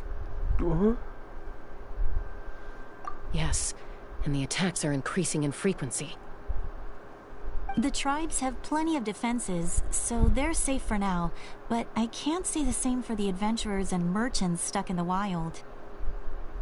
Chaska and I have been searching for survivors and treating the wounded. We just got back, but we need to head out again soon. I plan on heading back to the Collective of Plenty, just in case my tribe needs me.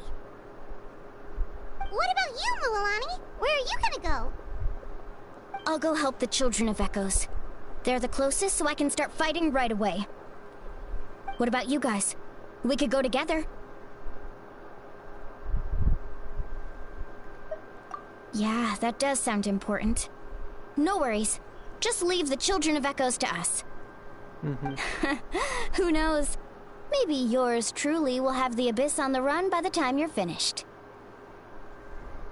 That would be pretty great, actually. I hope my tribe gets through okay. It'll be fine. Your tribe doesn't do all that bodybuilding for nothing. Let's part ways here for now. And most importantly, be careful, everyone. Oh, and some of us need to avoid getting contaminated by dangerous-looking substances. That will make my job a lot easier. Koichi, do we really have to do this now? It's alright. She's just looking out for everyone. Alright, let's hurry up and talk to the Pyro Archon so we can help the others.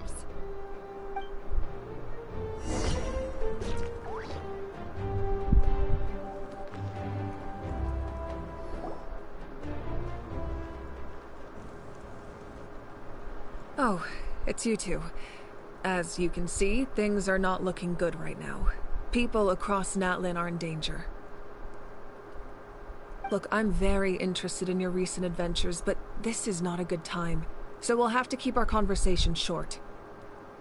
That's alright, we're also in a hurry. We're gonna go help the Children of Echoes after this. We met the captain. What?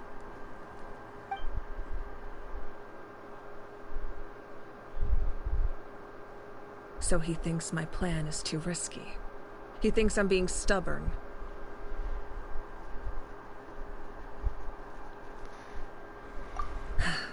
I shouldn't underestimate the Fatui's ability to gather intelligence. The Gnosis does have that function, but there's more to the story. I will answer you honestly, but you must help me keep this a secret. I can use the power of the Gnosis to save Natlan, but it comes at a heavy price. The Gnosis would drain all the souls and memories from the Night Kingdom and weave them into a giant net, which would surround the ley lines and protect them against abyssal corrosion. Wait, you can use souls to weave a net? What does that mean? Yes. It means sacrificing those souls in the process. Souls are just another form of life. The cruelty of this method is self-evident. The Night Kingdom not only houses the souls of the dead, but also our memories and legends. Using the Gnosis means converting all three into material for the net, erasing our history and culture. Even then, the net can still become corroded. If we cannot find a way to repair the damaged ley lines before that happens, then all those sacrifices are for nothing. Given the enormity of the price, it's a solution I refuse to consider right now. I want us to win, but I also care about how we win, and what that means for us in the end. Now it's true, both plans come at a risk. But after weighing our options, this is our best bet. Natlan is unique among the nations of Teyvat. Given the ever-looming threat of the Abyss, the Pyro Archons had to account for the worst-case scenario. Having a contingency plan is our duty, not just to the people of Natlan, but to all who live on this continent. Still, this has always been a well-kept secret. I'm very curious how the captain learned this information. Oh, one more thing? The captain said he found another way to solve the problem. Could be equally as extreme, though. Without the Gnosis, he should have no other option. But I see no reason for him to lie. Seems like our only path forward is to track him down, so he can answer that question for us.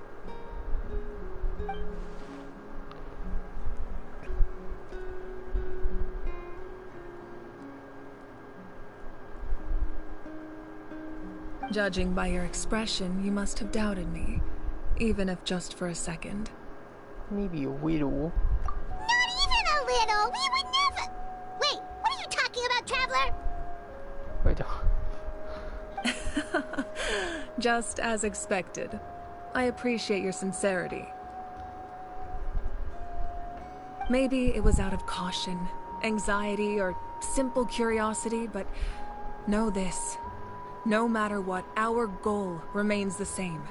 We both want to save the people of this land. So now that you have your answer, do you still doubt me? Not at all.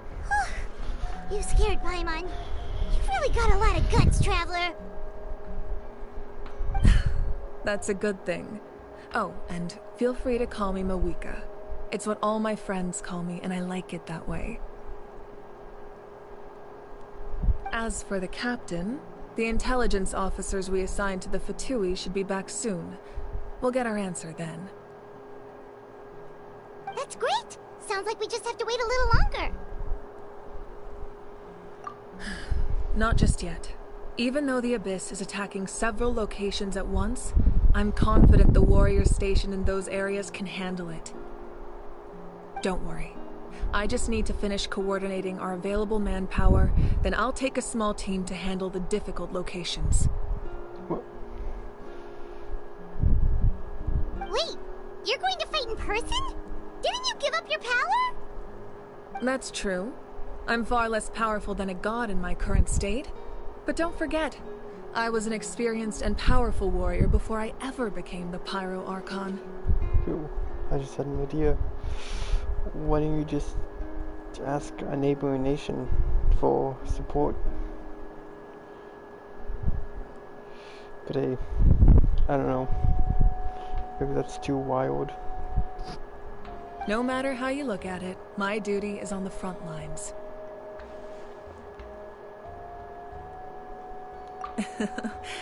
I just think there's strength in numbers. If the people feel emboldened, that's just a bonus.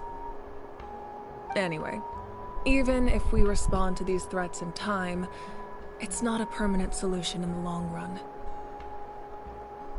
I've considered moving my people to other nations, but given their close connection to the Night Kingdom, a forced evacuation would have devastating consequences. I've told the chiefs of each tribe to strengthen their defenses and advise people against leaving their settlements. Now, I just need to find the right time to disclose the true nature of the crisis to the people of Natlan. Paimon's a little worried about how people will react. Yes, but that won't be the only response. In any case, that's for me to worry about. I'll let you know when we have more information on the captain. Alright, we should head out. Maybe we can join up with Milani. She can't be too far ahead. As this is Mawika. No need to worry about me.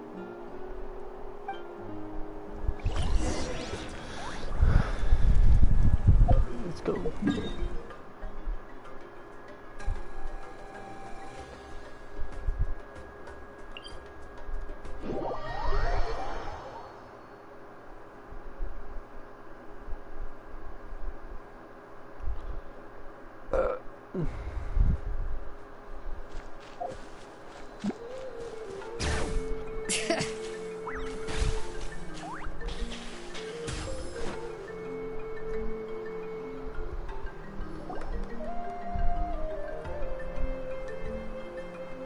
Quick, over here! To safety!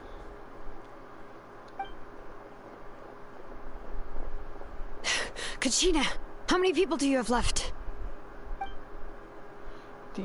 They've all made it out. It's Frozen and Paimon. They're here. What's the situation? There's a trapped caravan that needs our help. We need to rescue them as soon as possible. We'll go together. I'm coming too.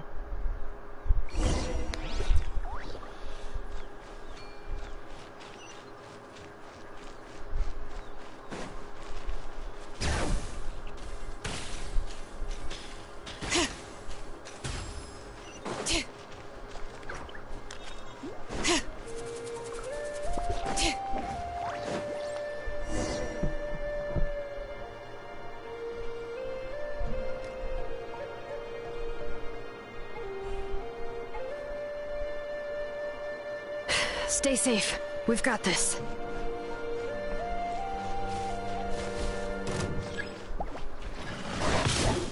Hear the echoes of the valley!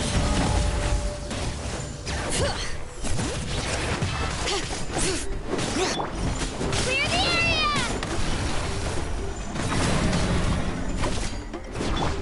Catch him at the flame! Wipe out!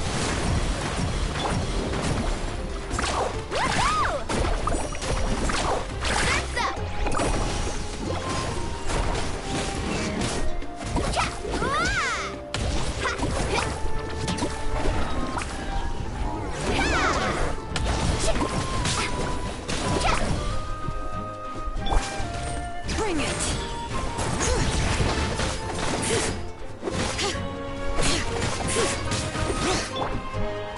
Shazam! Carving waves! Amazing!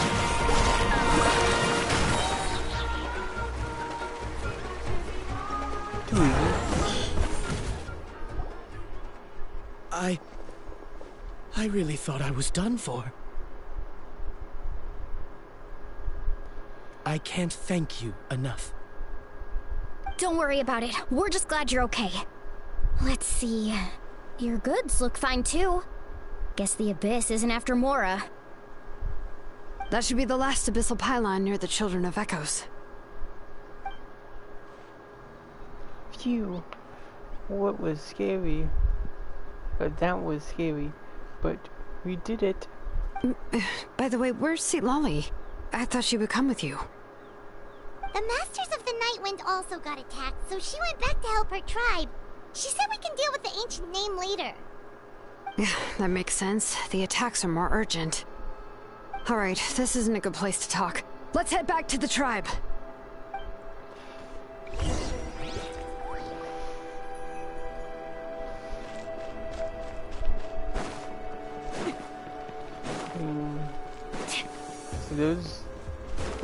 That's some tradition. Those guys are from. I should say that the caravan in general is from Sumeru. Why can't they just send a whole fleet from Sumeru in here?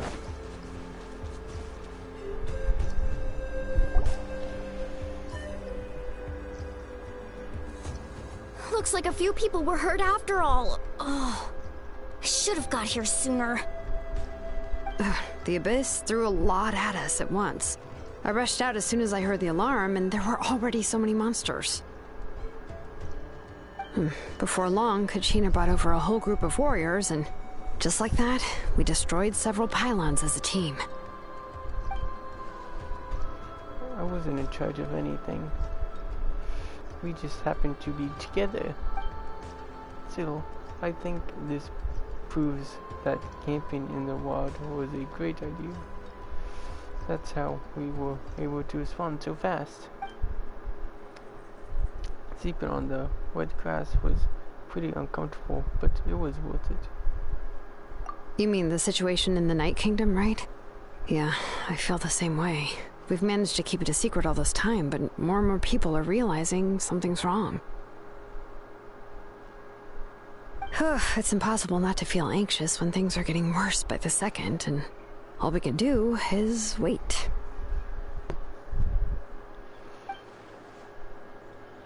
And we still don't know when the final two heroes are going to appear. That just means we need to buy the Pyro Archon more time. Keep pushing, everyone. Every battle is worth something. Yes. You really are an eternal optimist, Mualani. You always find a way to cheer people up. Why, thank you. I guess it's one of my better qualities. And a few things you should know.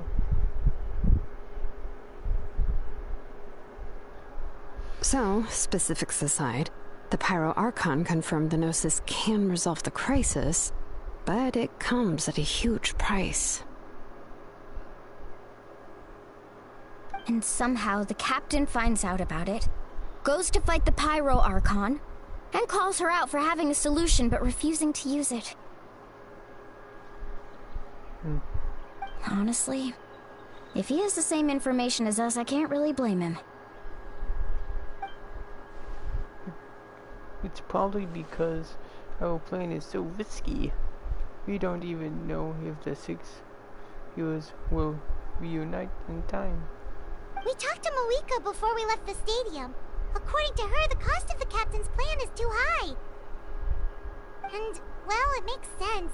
If that was truly the better choice, she would have picked it. Yeah, I trust the Pyro Archon. When I was upset about Kachina's disappearance, she was really sincere and patient with me.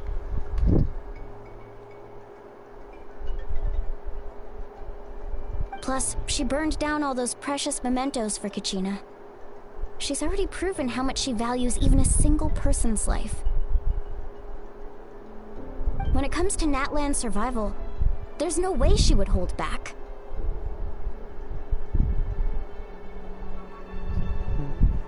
I agree. Maybe the captain weighed the costs and came to his own conclusion, but I'm sure we have different priorities. Life is important, but so are history and memory. As the Archon, she can't tell us everything, but it seems like she wasn't holding anything back this time. The next question is, if the captain found a new way to save Natlan, how come the Pyro Archon has never heard of it? It's true. Yeah. Yeah, and isn't he from Shneznaya? Why wouldn't the Fatui want to say? Why would the Fatui want to save Natlan? Shneznaya, more like Sneeznaya. This is all super confusing. We still don't have enough information. Once we figure out what the Fatui are doing, we'll have our answer. Let's head back then. Moika said her intelligence officers should return soon. Yeah. With how many Fatui there are, someone's bound to give something away. Sounds good. I have a few theories of my own. With a bit more information, we just might get to the bottom of the whole thing.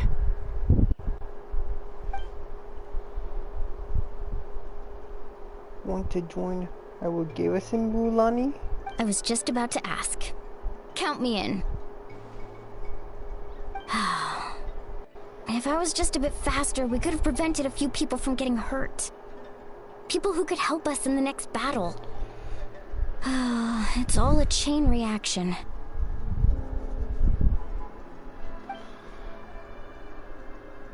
Then you should go register right away. It shouldn't take long. Everyone's looking for people. Register? Nah. I'll just follow you around. You know, go where you go, do what you do. Okay, but then you have to follow my orders. You got it. I just don't want to make the trip back. It's so far. Alright. See you all later. Let's get together and celebrate once this is over. Oh, you betcha!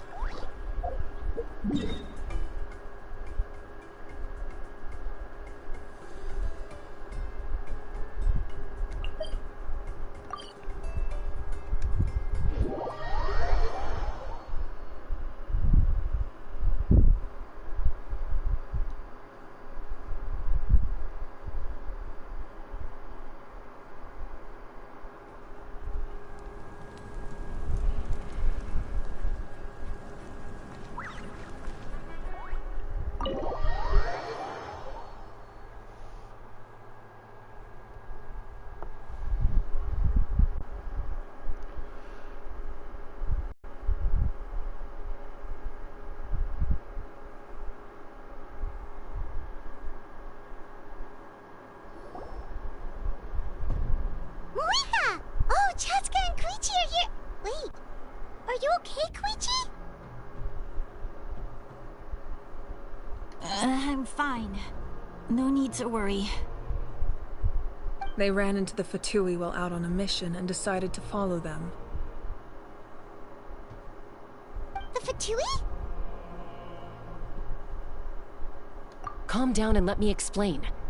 Here's what happened.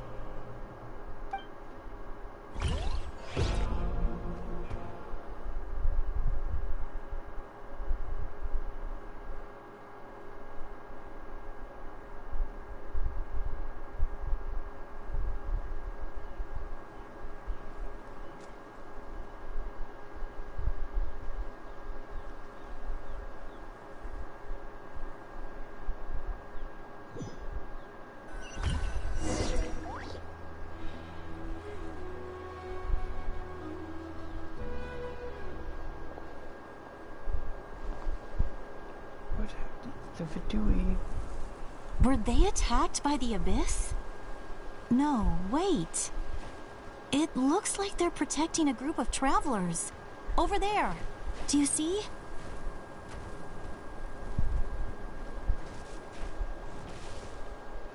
You're right. That's a traveling group from Natlan.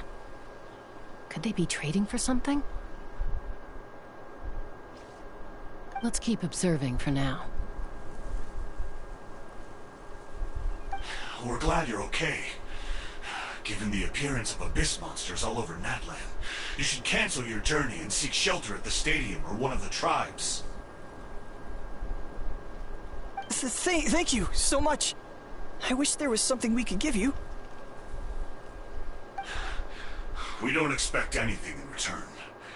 We were out on a mission and saw you being attacked. It was our decision to help. If you truly wish to repay the favor, you can keep this a secret. If anyone asks, just say you were saved by warriors from Natlan.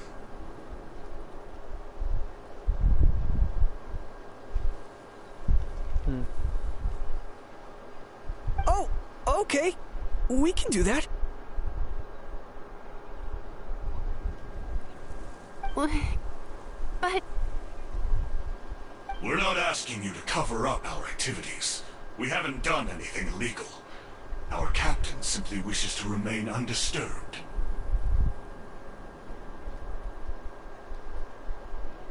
Nonetheless, the decision remains yours. If we wanted to keep you quiet, we would have employed a harsher method. Got it. We'll get going now.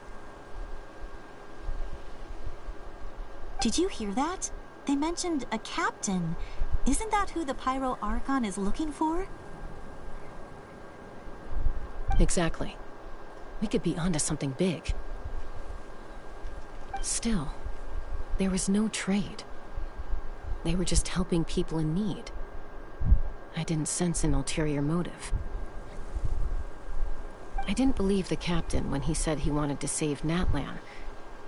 But based on what we just saw, it's possible he was telling the truth. Maybe we've been wrong about the Fatui this whole time. It's too early to say. Let's follow them and see what's really going on.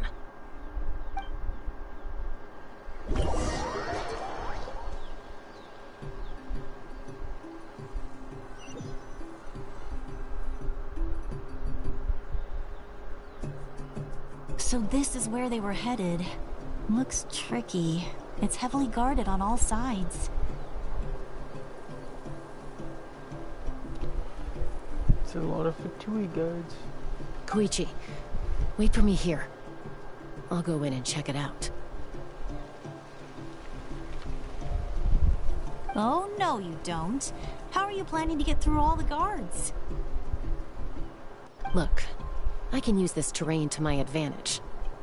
With our tribe's special way of getting around, I doubt they'll see me coming. We still can't see anything on the inside. What if you can't find cover? You won't have anyone to watch your back if you go in alone.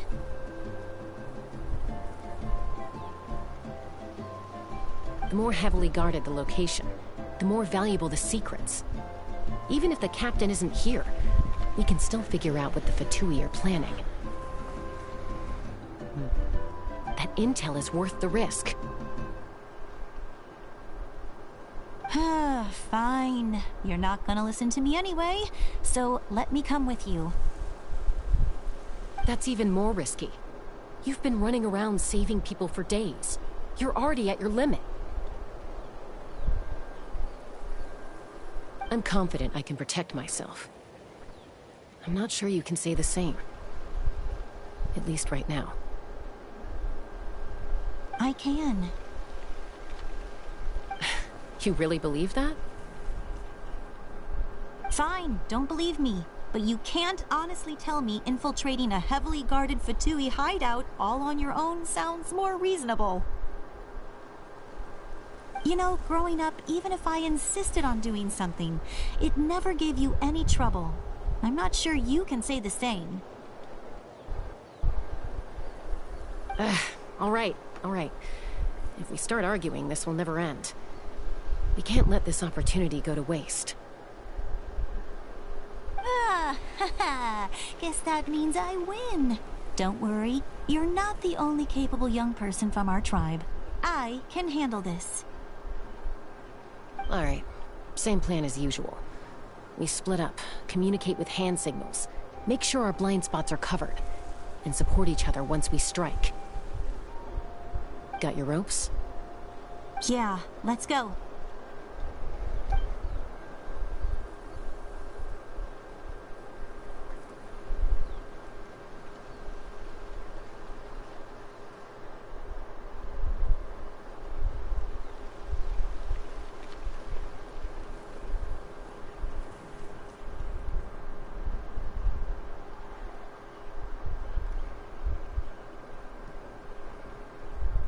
The Fatui have eyes all over this place. I should wait for Koichi's signal. Koichi's.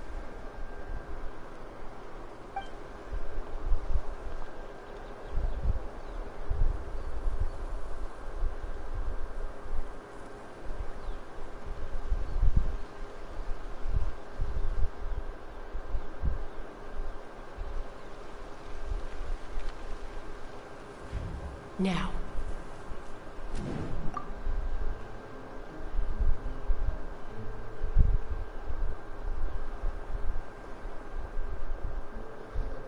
What if I didn't click go? Not sure how many chances I'm gonna get. I need to act. Oh, I won't feel it.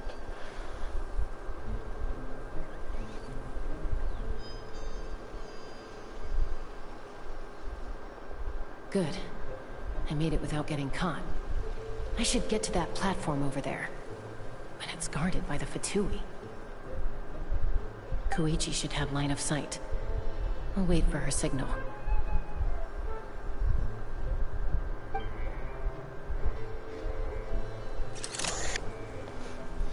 It's not conspicuous.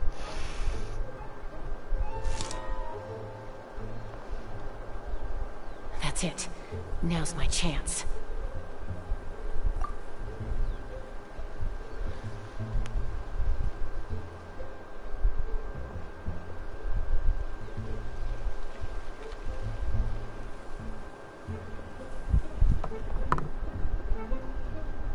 It's no use staying in one place. I should keep moving.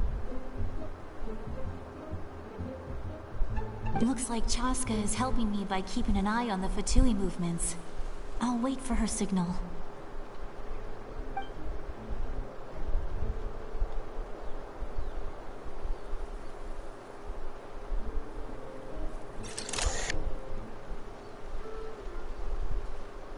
Time to move. Go.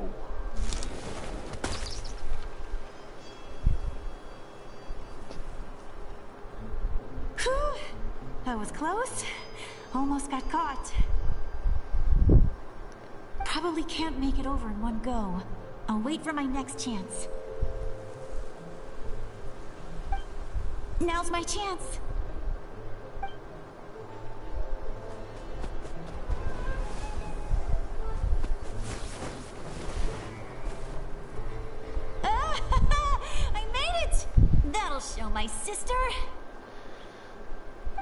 see. The Fatui's occupying all the best locations. If we could just get past them somehow. Wait, I've got it!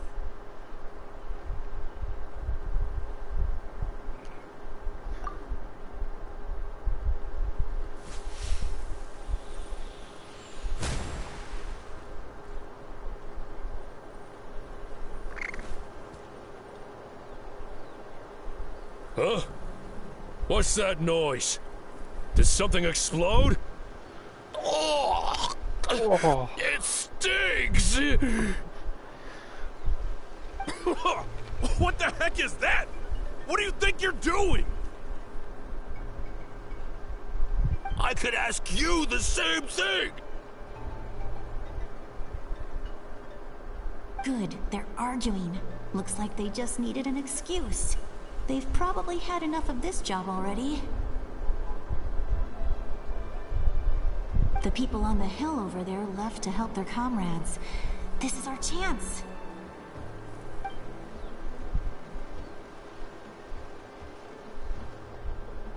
Come get me, Chaska. I hope she gets this hand signal.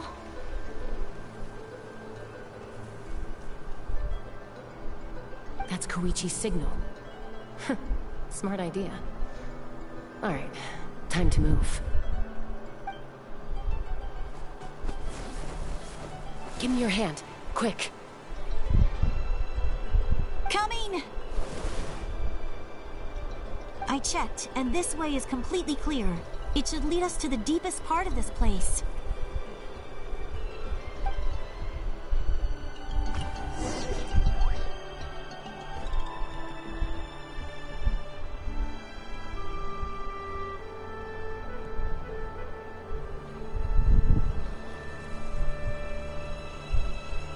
Well, I was pretty helpful, right? You know, everyone usually jumps at the chance to work with me.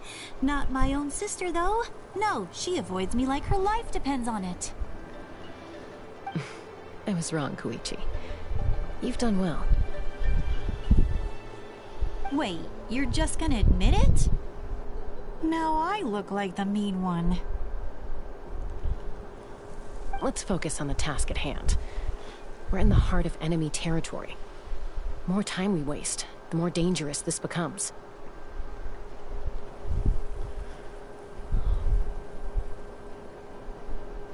All right. If you're not gonna take the bait, then I'll drop it. Looks like the Fatui are here to dig something up. I'm surprised they mobilized this many people. I doubt it's because they're interested in our culture and history. It's a cube. It seems like they're looking for a dragon relic called the Source Mechanism. The device is ancient. Barely any information survives to this day. And even people from Natlan don't know how to use it. Why would this be the Fatui's target? Not bad. Looks like it's in good shape. This should be what our Lord's looking for.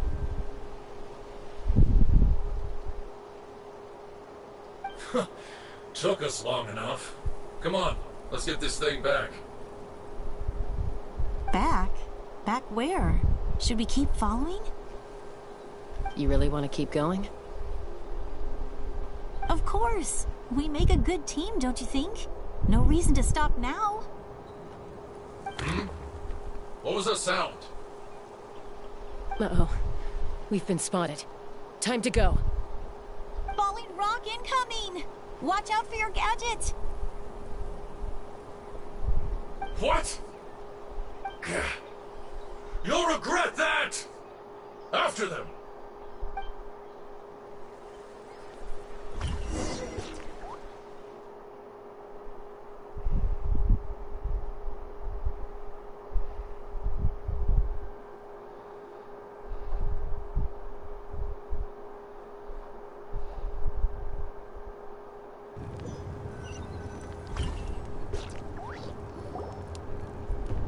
Once we got them off our tail, we went back to observe some more. They'd collected several identical pieces of something. It looked like they were waiting, though, so we decided to come back. So, Koichi got injured trying to get them off your tail?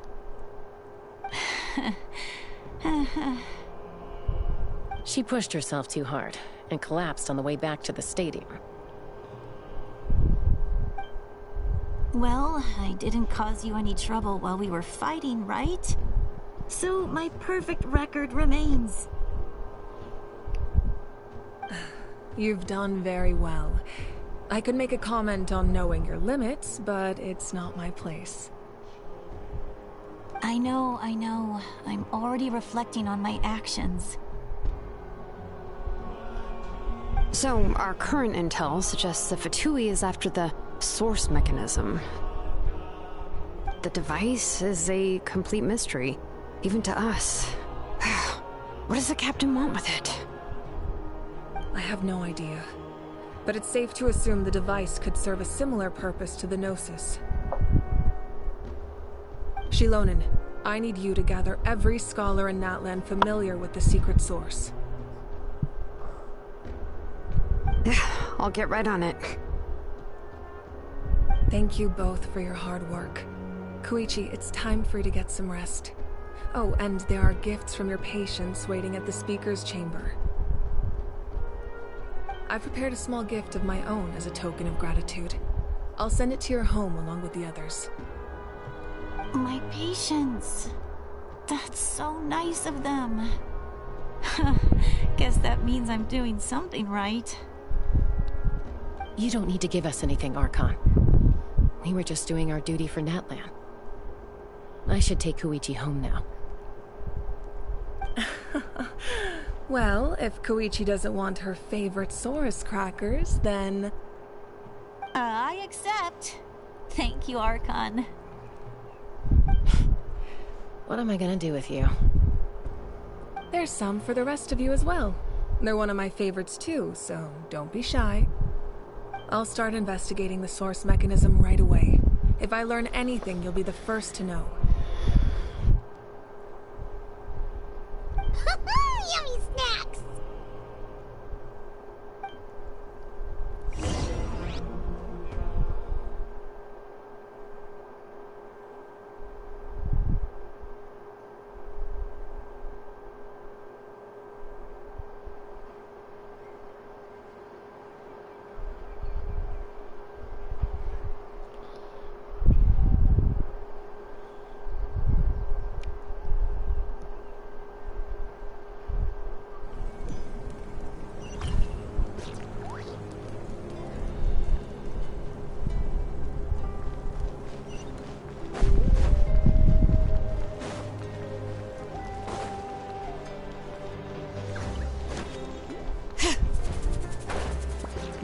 The world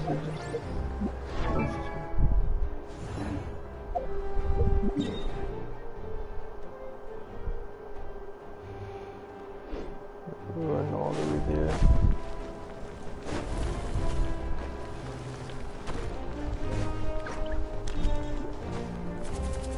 Oh my gloves.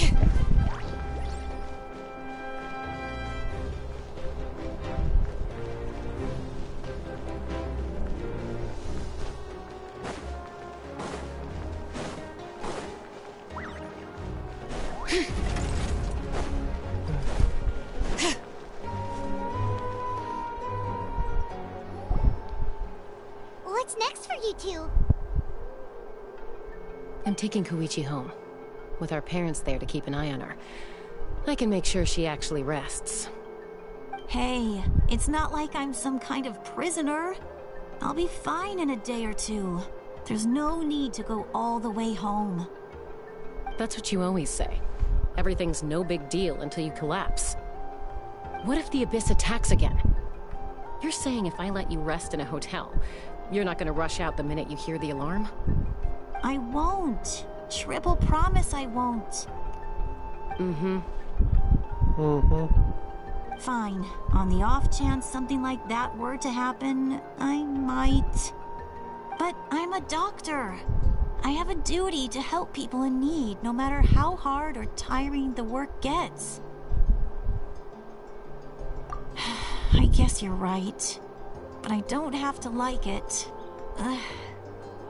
This reminds Paimon of when we first met. Except you were the one trying to stop Chaska from doing something dangerous. I'd do the same for anyone trying to put their life in danger. As a doctor, I don't want people to get hurt because of a rash decision.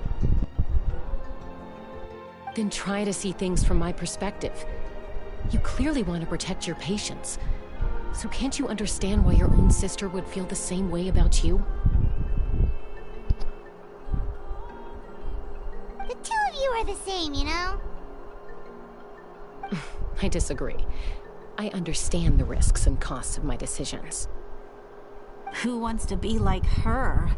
Overconfident, always making excuses when things go wrong. That's just not true. You think I don't have proof? Okay, don't get into another fight. Just pretend Paimon never said anything. Don't worry, Paimon. You didn't do anything wrong. Arguing is just how we communicate. Neither of us really takes it to heart. Plus, I guess we are similar in some ways. Maybe I rush into things without thinking, but I learned that from her. We're family. I can't help it if my older sister is a bad influence. Okay, you don't have to put it that way. So, you're all good now? Neither of us are really the type to back down, so we'll always have our differences. But still, we get along in our own way. Plus, I know you'll wake up one day and realize I was right all along. I just need to wait. Be my guest. Come on, let's get you home. Paimon, I'll be back once everything's settled at home. There's no rush. At least grab a nice meal with your family. See you later. Bye, you two. Take care of yourselves out there.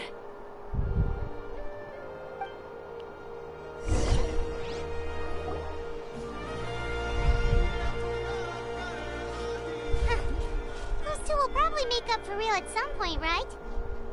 Well, we've learned a lot. Let's go over everything that we know so far.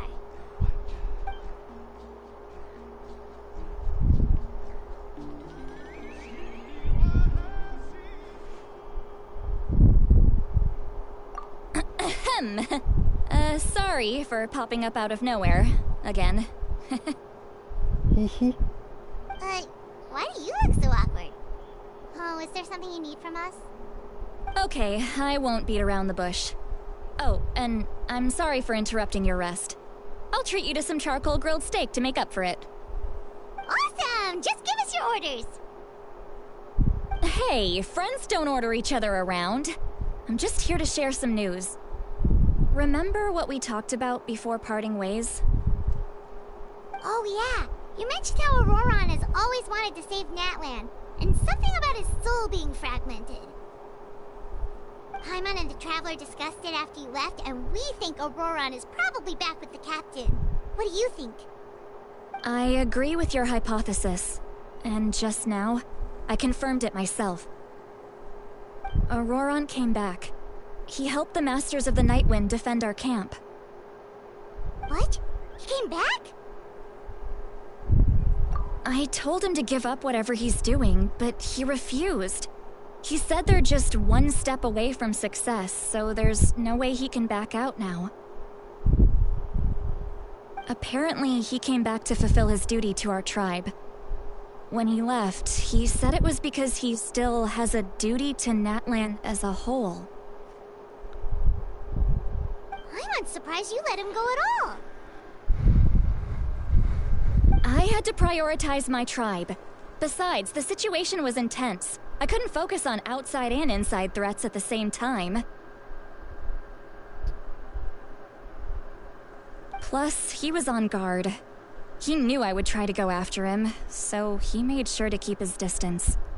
I kept an eye out for a good opportunity, but it never came. All these years of calling me Granny, and I couldn't do a single thing for him in the end. don't say that! Your tribe all raised him together, right? That couldn't have been easy. You're right.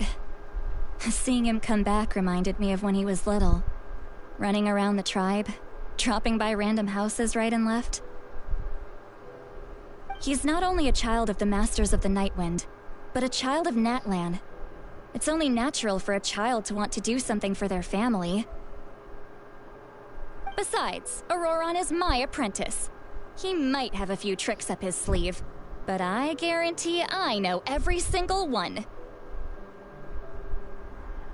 Wait, what are you saying? Look. Remember how I said Auroron's soul is fragmented? This is the talisman I created to keep it stable. And this gem is what makes the talisman work.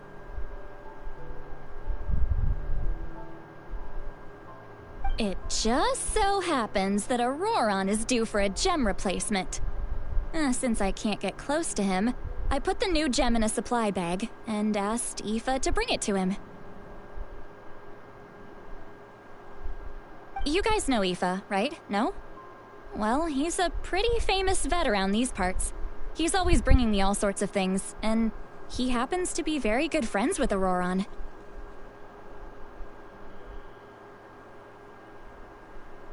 Aoife doesn't know what's going on, so he agreed, no questions asked. Auroron would find the gem as soon as he opened the bag.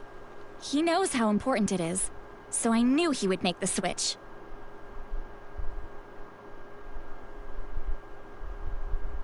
He probably suspected that I tampered with it.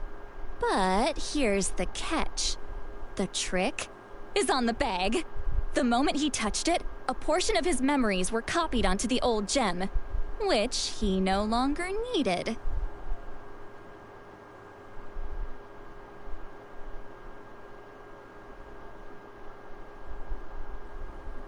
That's amazing. You can do something like that? Most people can't, but I can. That trick he used to bring you to the Night Kingdom isn't anything special, by the way. My technique is much more subtle. He won't notice anything. So in other words, we have a whole backup of Auroron's memories in this gem.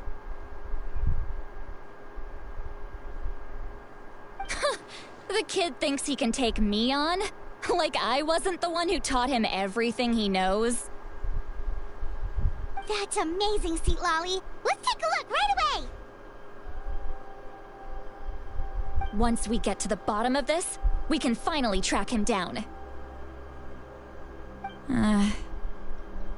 I know he thinks of me as his grandma, but do you think he'll get mad at me for this? You can be honest. Huh, that's a tough question. Paimon doesn't have a grandma, so she's not the best person to ask.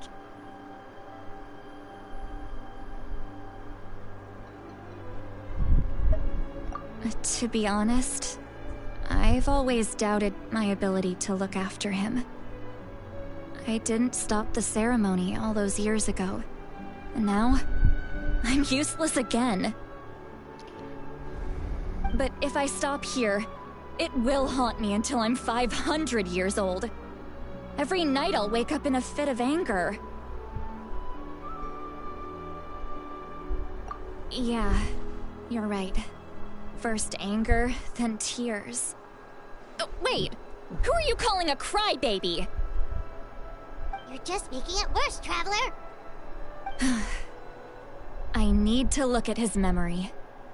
Even if he resents me, refuses to see me, or runs away for good. I don't care, and I won't blame him. A family does whatever it takes to protect their own. You sure you'll be okay? We can come with you if you want. Did you just say you'll come with me? Is that okay? We have a pretty good reason to see it too, don't we? Because, right, we need leads on the Fatui.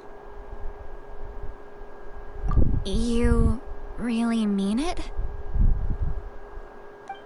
Fine. You can come. Just promise me you'll see this through. No backing out. Got it? Don't worry, we're professional adventurers. Indeed. Then I place my trust in your professionalism.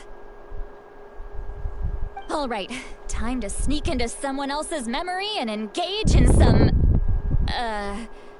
unwanted spying. My favorite kind of spying. You heard it here first. I wouldn't be doing this if I had any other choice. Are you ready? Yes, Mommy.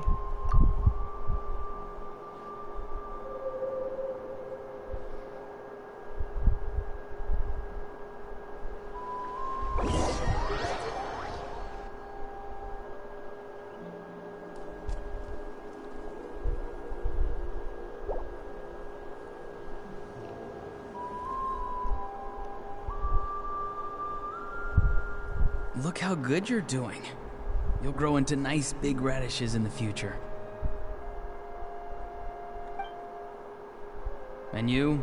Aoife says you're taking up too much space, but I think you're a good tree. What do you think? Hey! How's it going, Auroron?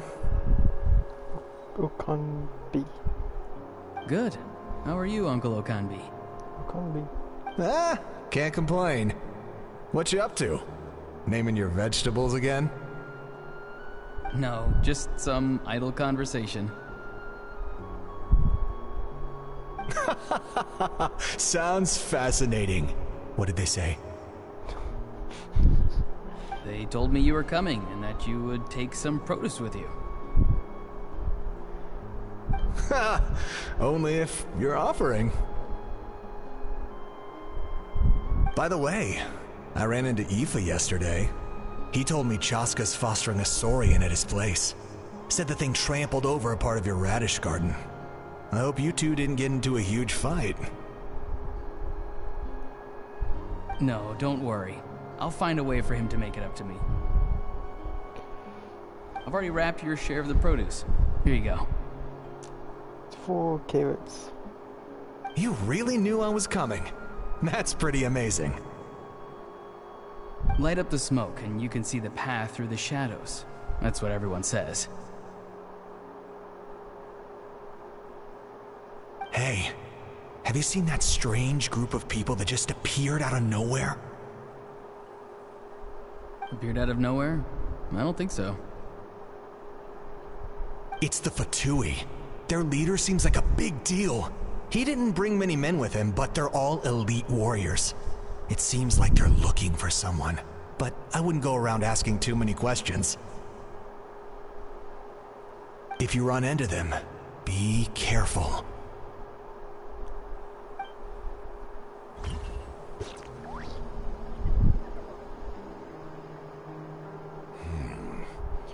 You're from the Masters of the Nightwind, are you not?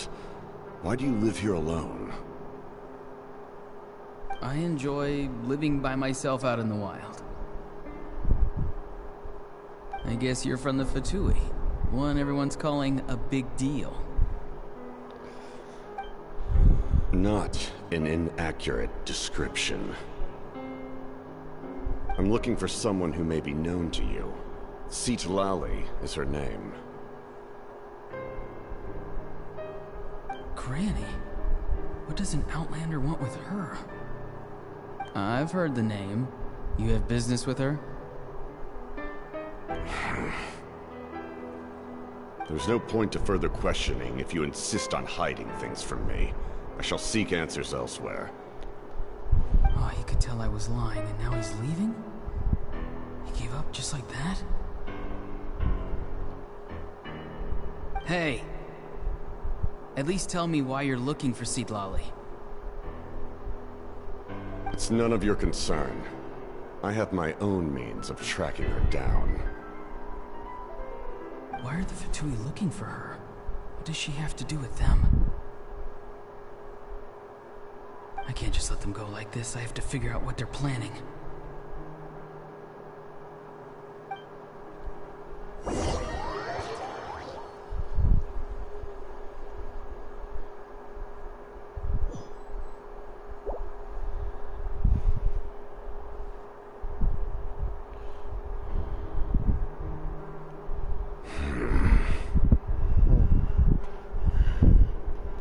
I've just been studying the ley lines and asking for leads on Granny.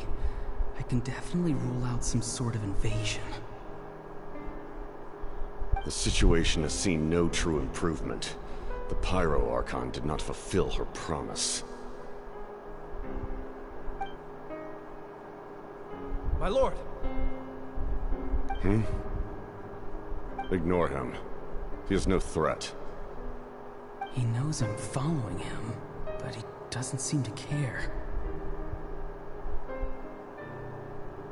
He's strong, I can tell. But there's something unusual about him and also familiar in some way. I can't describe it.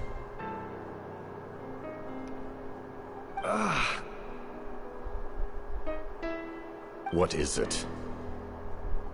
My lord, I feel dizzy. A ley line disturbance. Certain presences have been forced to wander outside their rightful realm.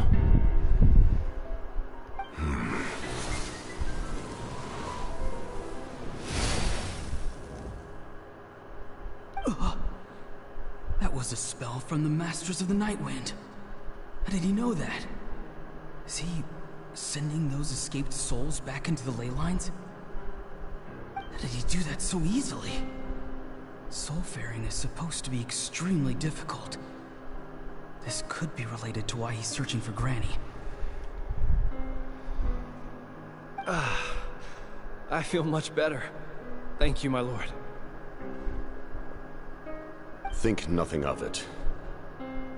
Stay vigilant, and continue to gather information. The Abyss could attack at any moment. If you notice any irregularities, assume drill formation and be prepared to fight. However, there's no reason to over-engage. Information is our first priority. Yes, sir. Why are the Fatui fighting against the Abyss? Do they really mean us no harm?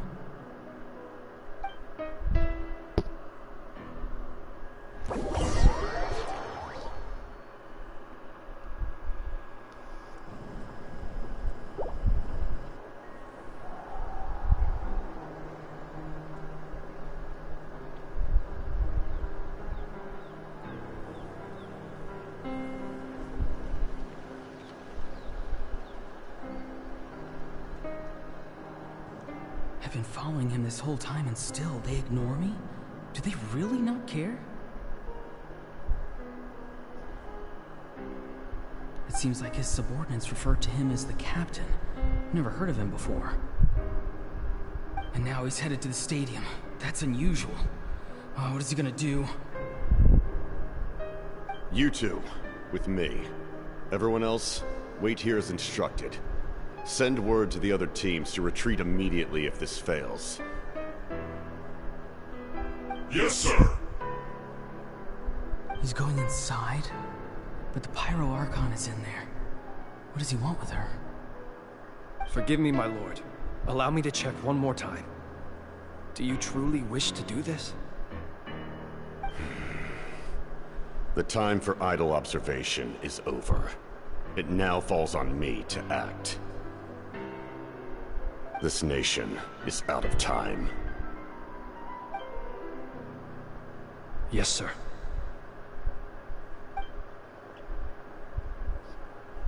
He just walked straight into the stadium. What is he gonna do? That's where the epic fight happens.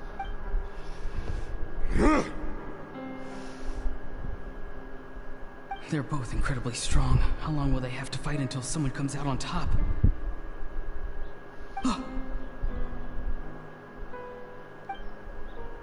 Wait, this feeling. Just like the other day near the ley lines, it's faint, like a soul's trying to escape. Where is it coming from? Is that why he's looking for Granny? If he dies here, then all clues will be lost. I can't let that happen.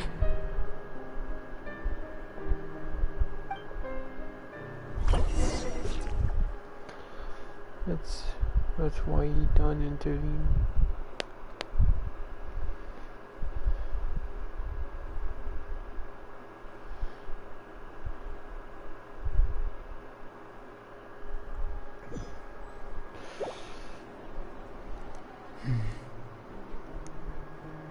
As for you, I must confess, I did not expect that little trick of yours to save the day.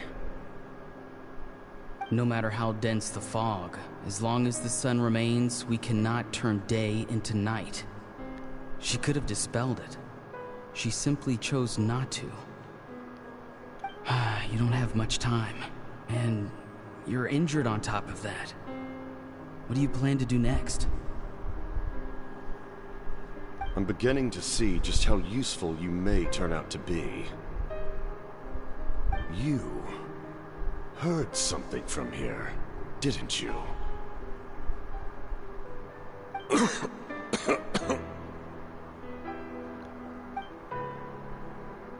No need to force yourself. I've never seen anyone match the Pyro Archon in battle before.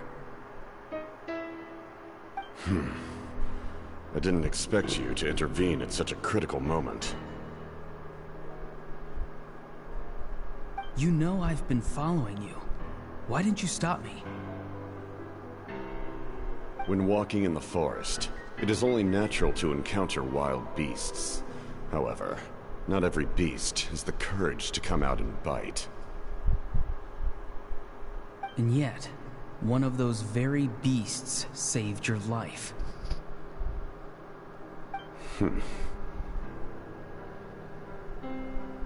Then speak. What do you want?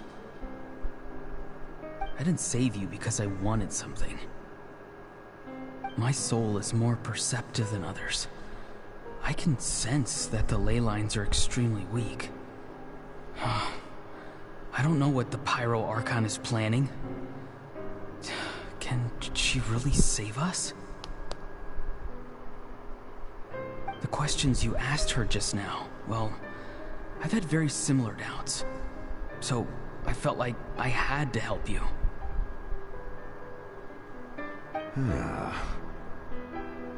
So, you can tell the truth. That was quite a reckless decision to make. I'm not sure you realize that. There's no turning back for me now. What I did back there is going to get me in a lot of trouble. You attacked the Pyro Archon in broad daylight, and I used my spell to save you. A single glance was likely all it took for her to recognize my tribe. So, we're in the same boat. Seem to care little for my thoughts on the matter. It's too late for that. Start from the beginning. Why are you looking for Citlali? Do you know her? Explain your relation to her first. I know you two are acquainted. It was obvious the moment I mentioned her name. Citlali is my elder and my teacher. She taught me everything I know. It's my duty to protect her. If you truly wish to protect her, you should have let me perish at the Pyro Archon's hand. Yet, you chose otherwise. Do I really need to tell you what that means?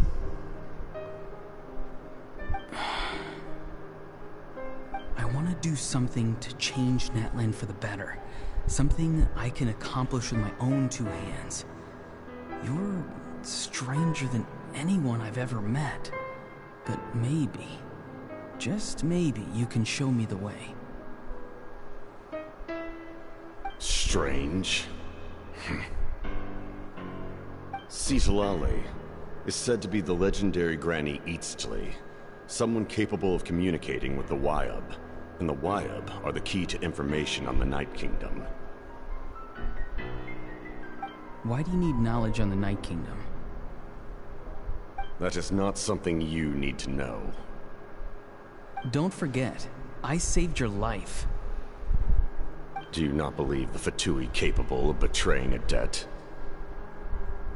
People can lie, but souls cannot. I can tell there's a weight to your soul, a sense of justice. You may not live among your tribe, but you certainly know their tricks. I apologize for my rash judgment. You are more capable than I imagined. Let's go. We'll see if you have what it takes to join my plan.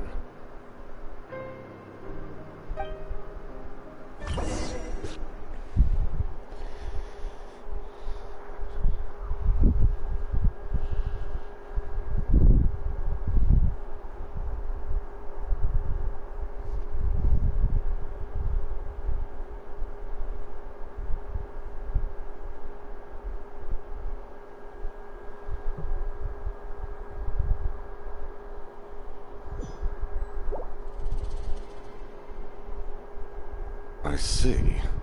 Interesting approach. Worth trying, I think.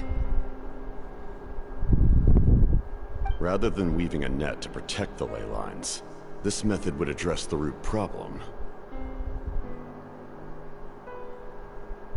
By reconstructing the ley lines themselves.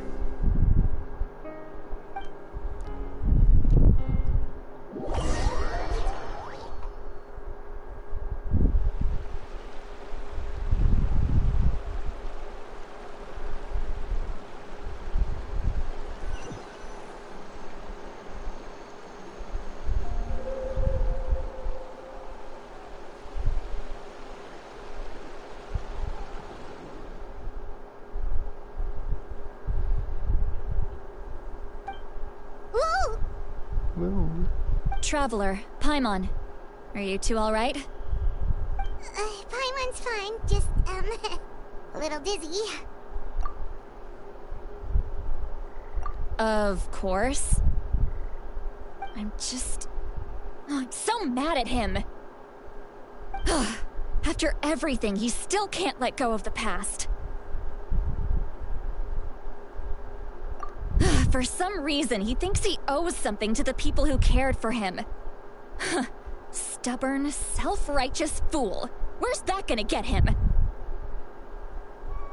Now that he's all grown up, he thinks no one can tell him what to do? He thinks he can just run away whenever he wants. I'll show him. If he tries to run one more time, he's got another thing coming. Maybe stubbornness runs in the family. Like grandmother, like grandson, as they say. Is that supposed to be a compliment? That kid's got nothing on me.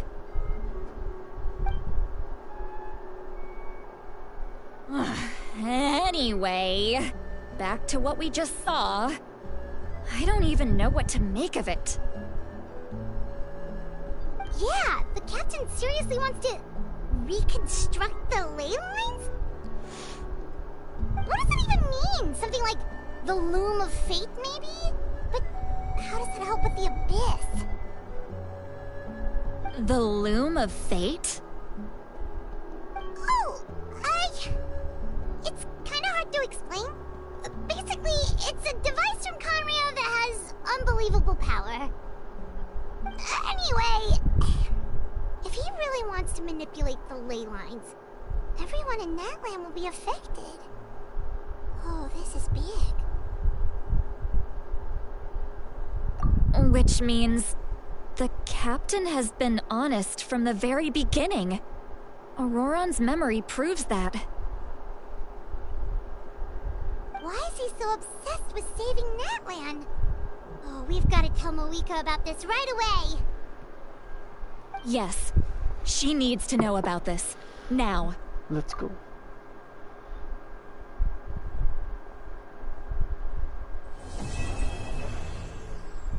On the smoke and mirrors.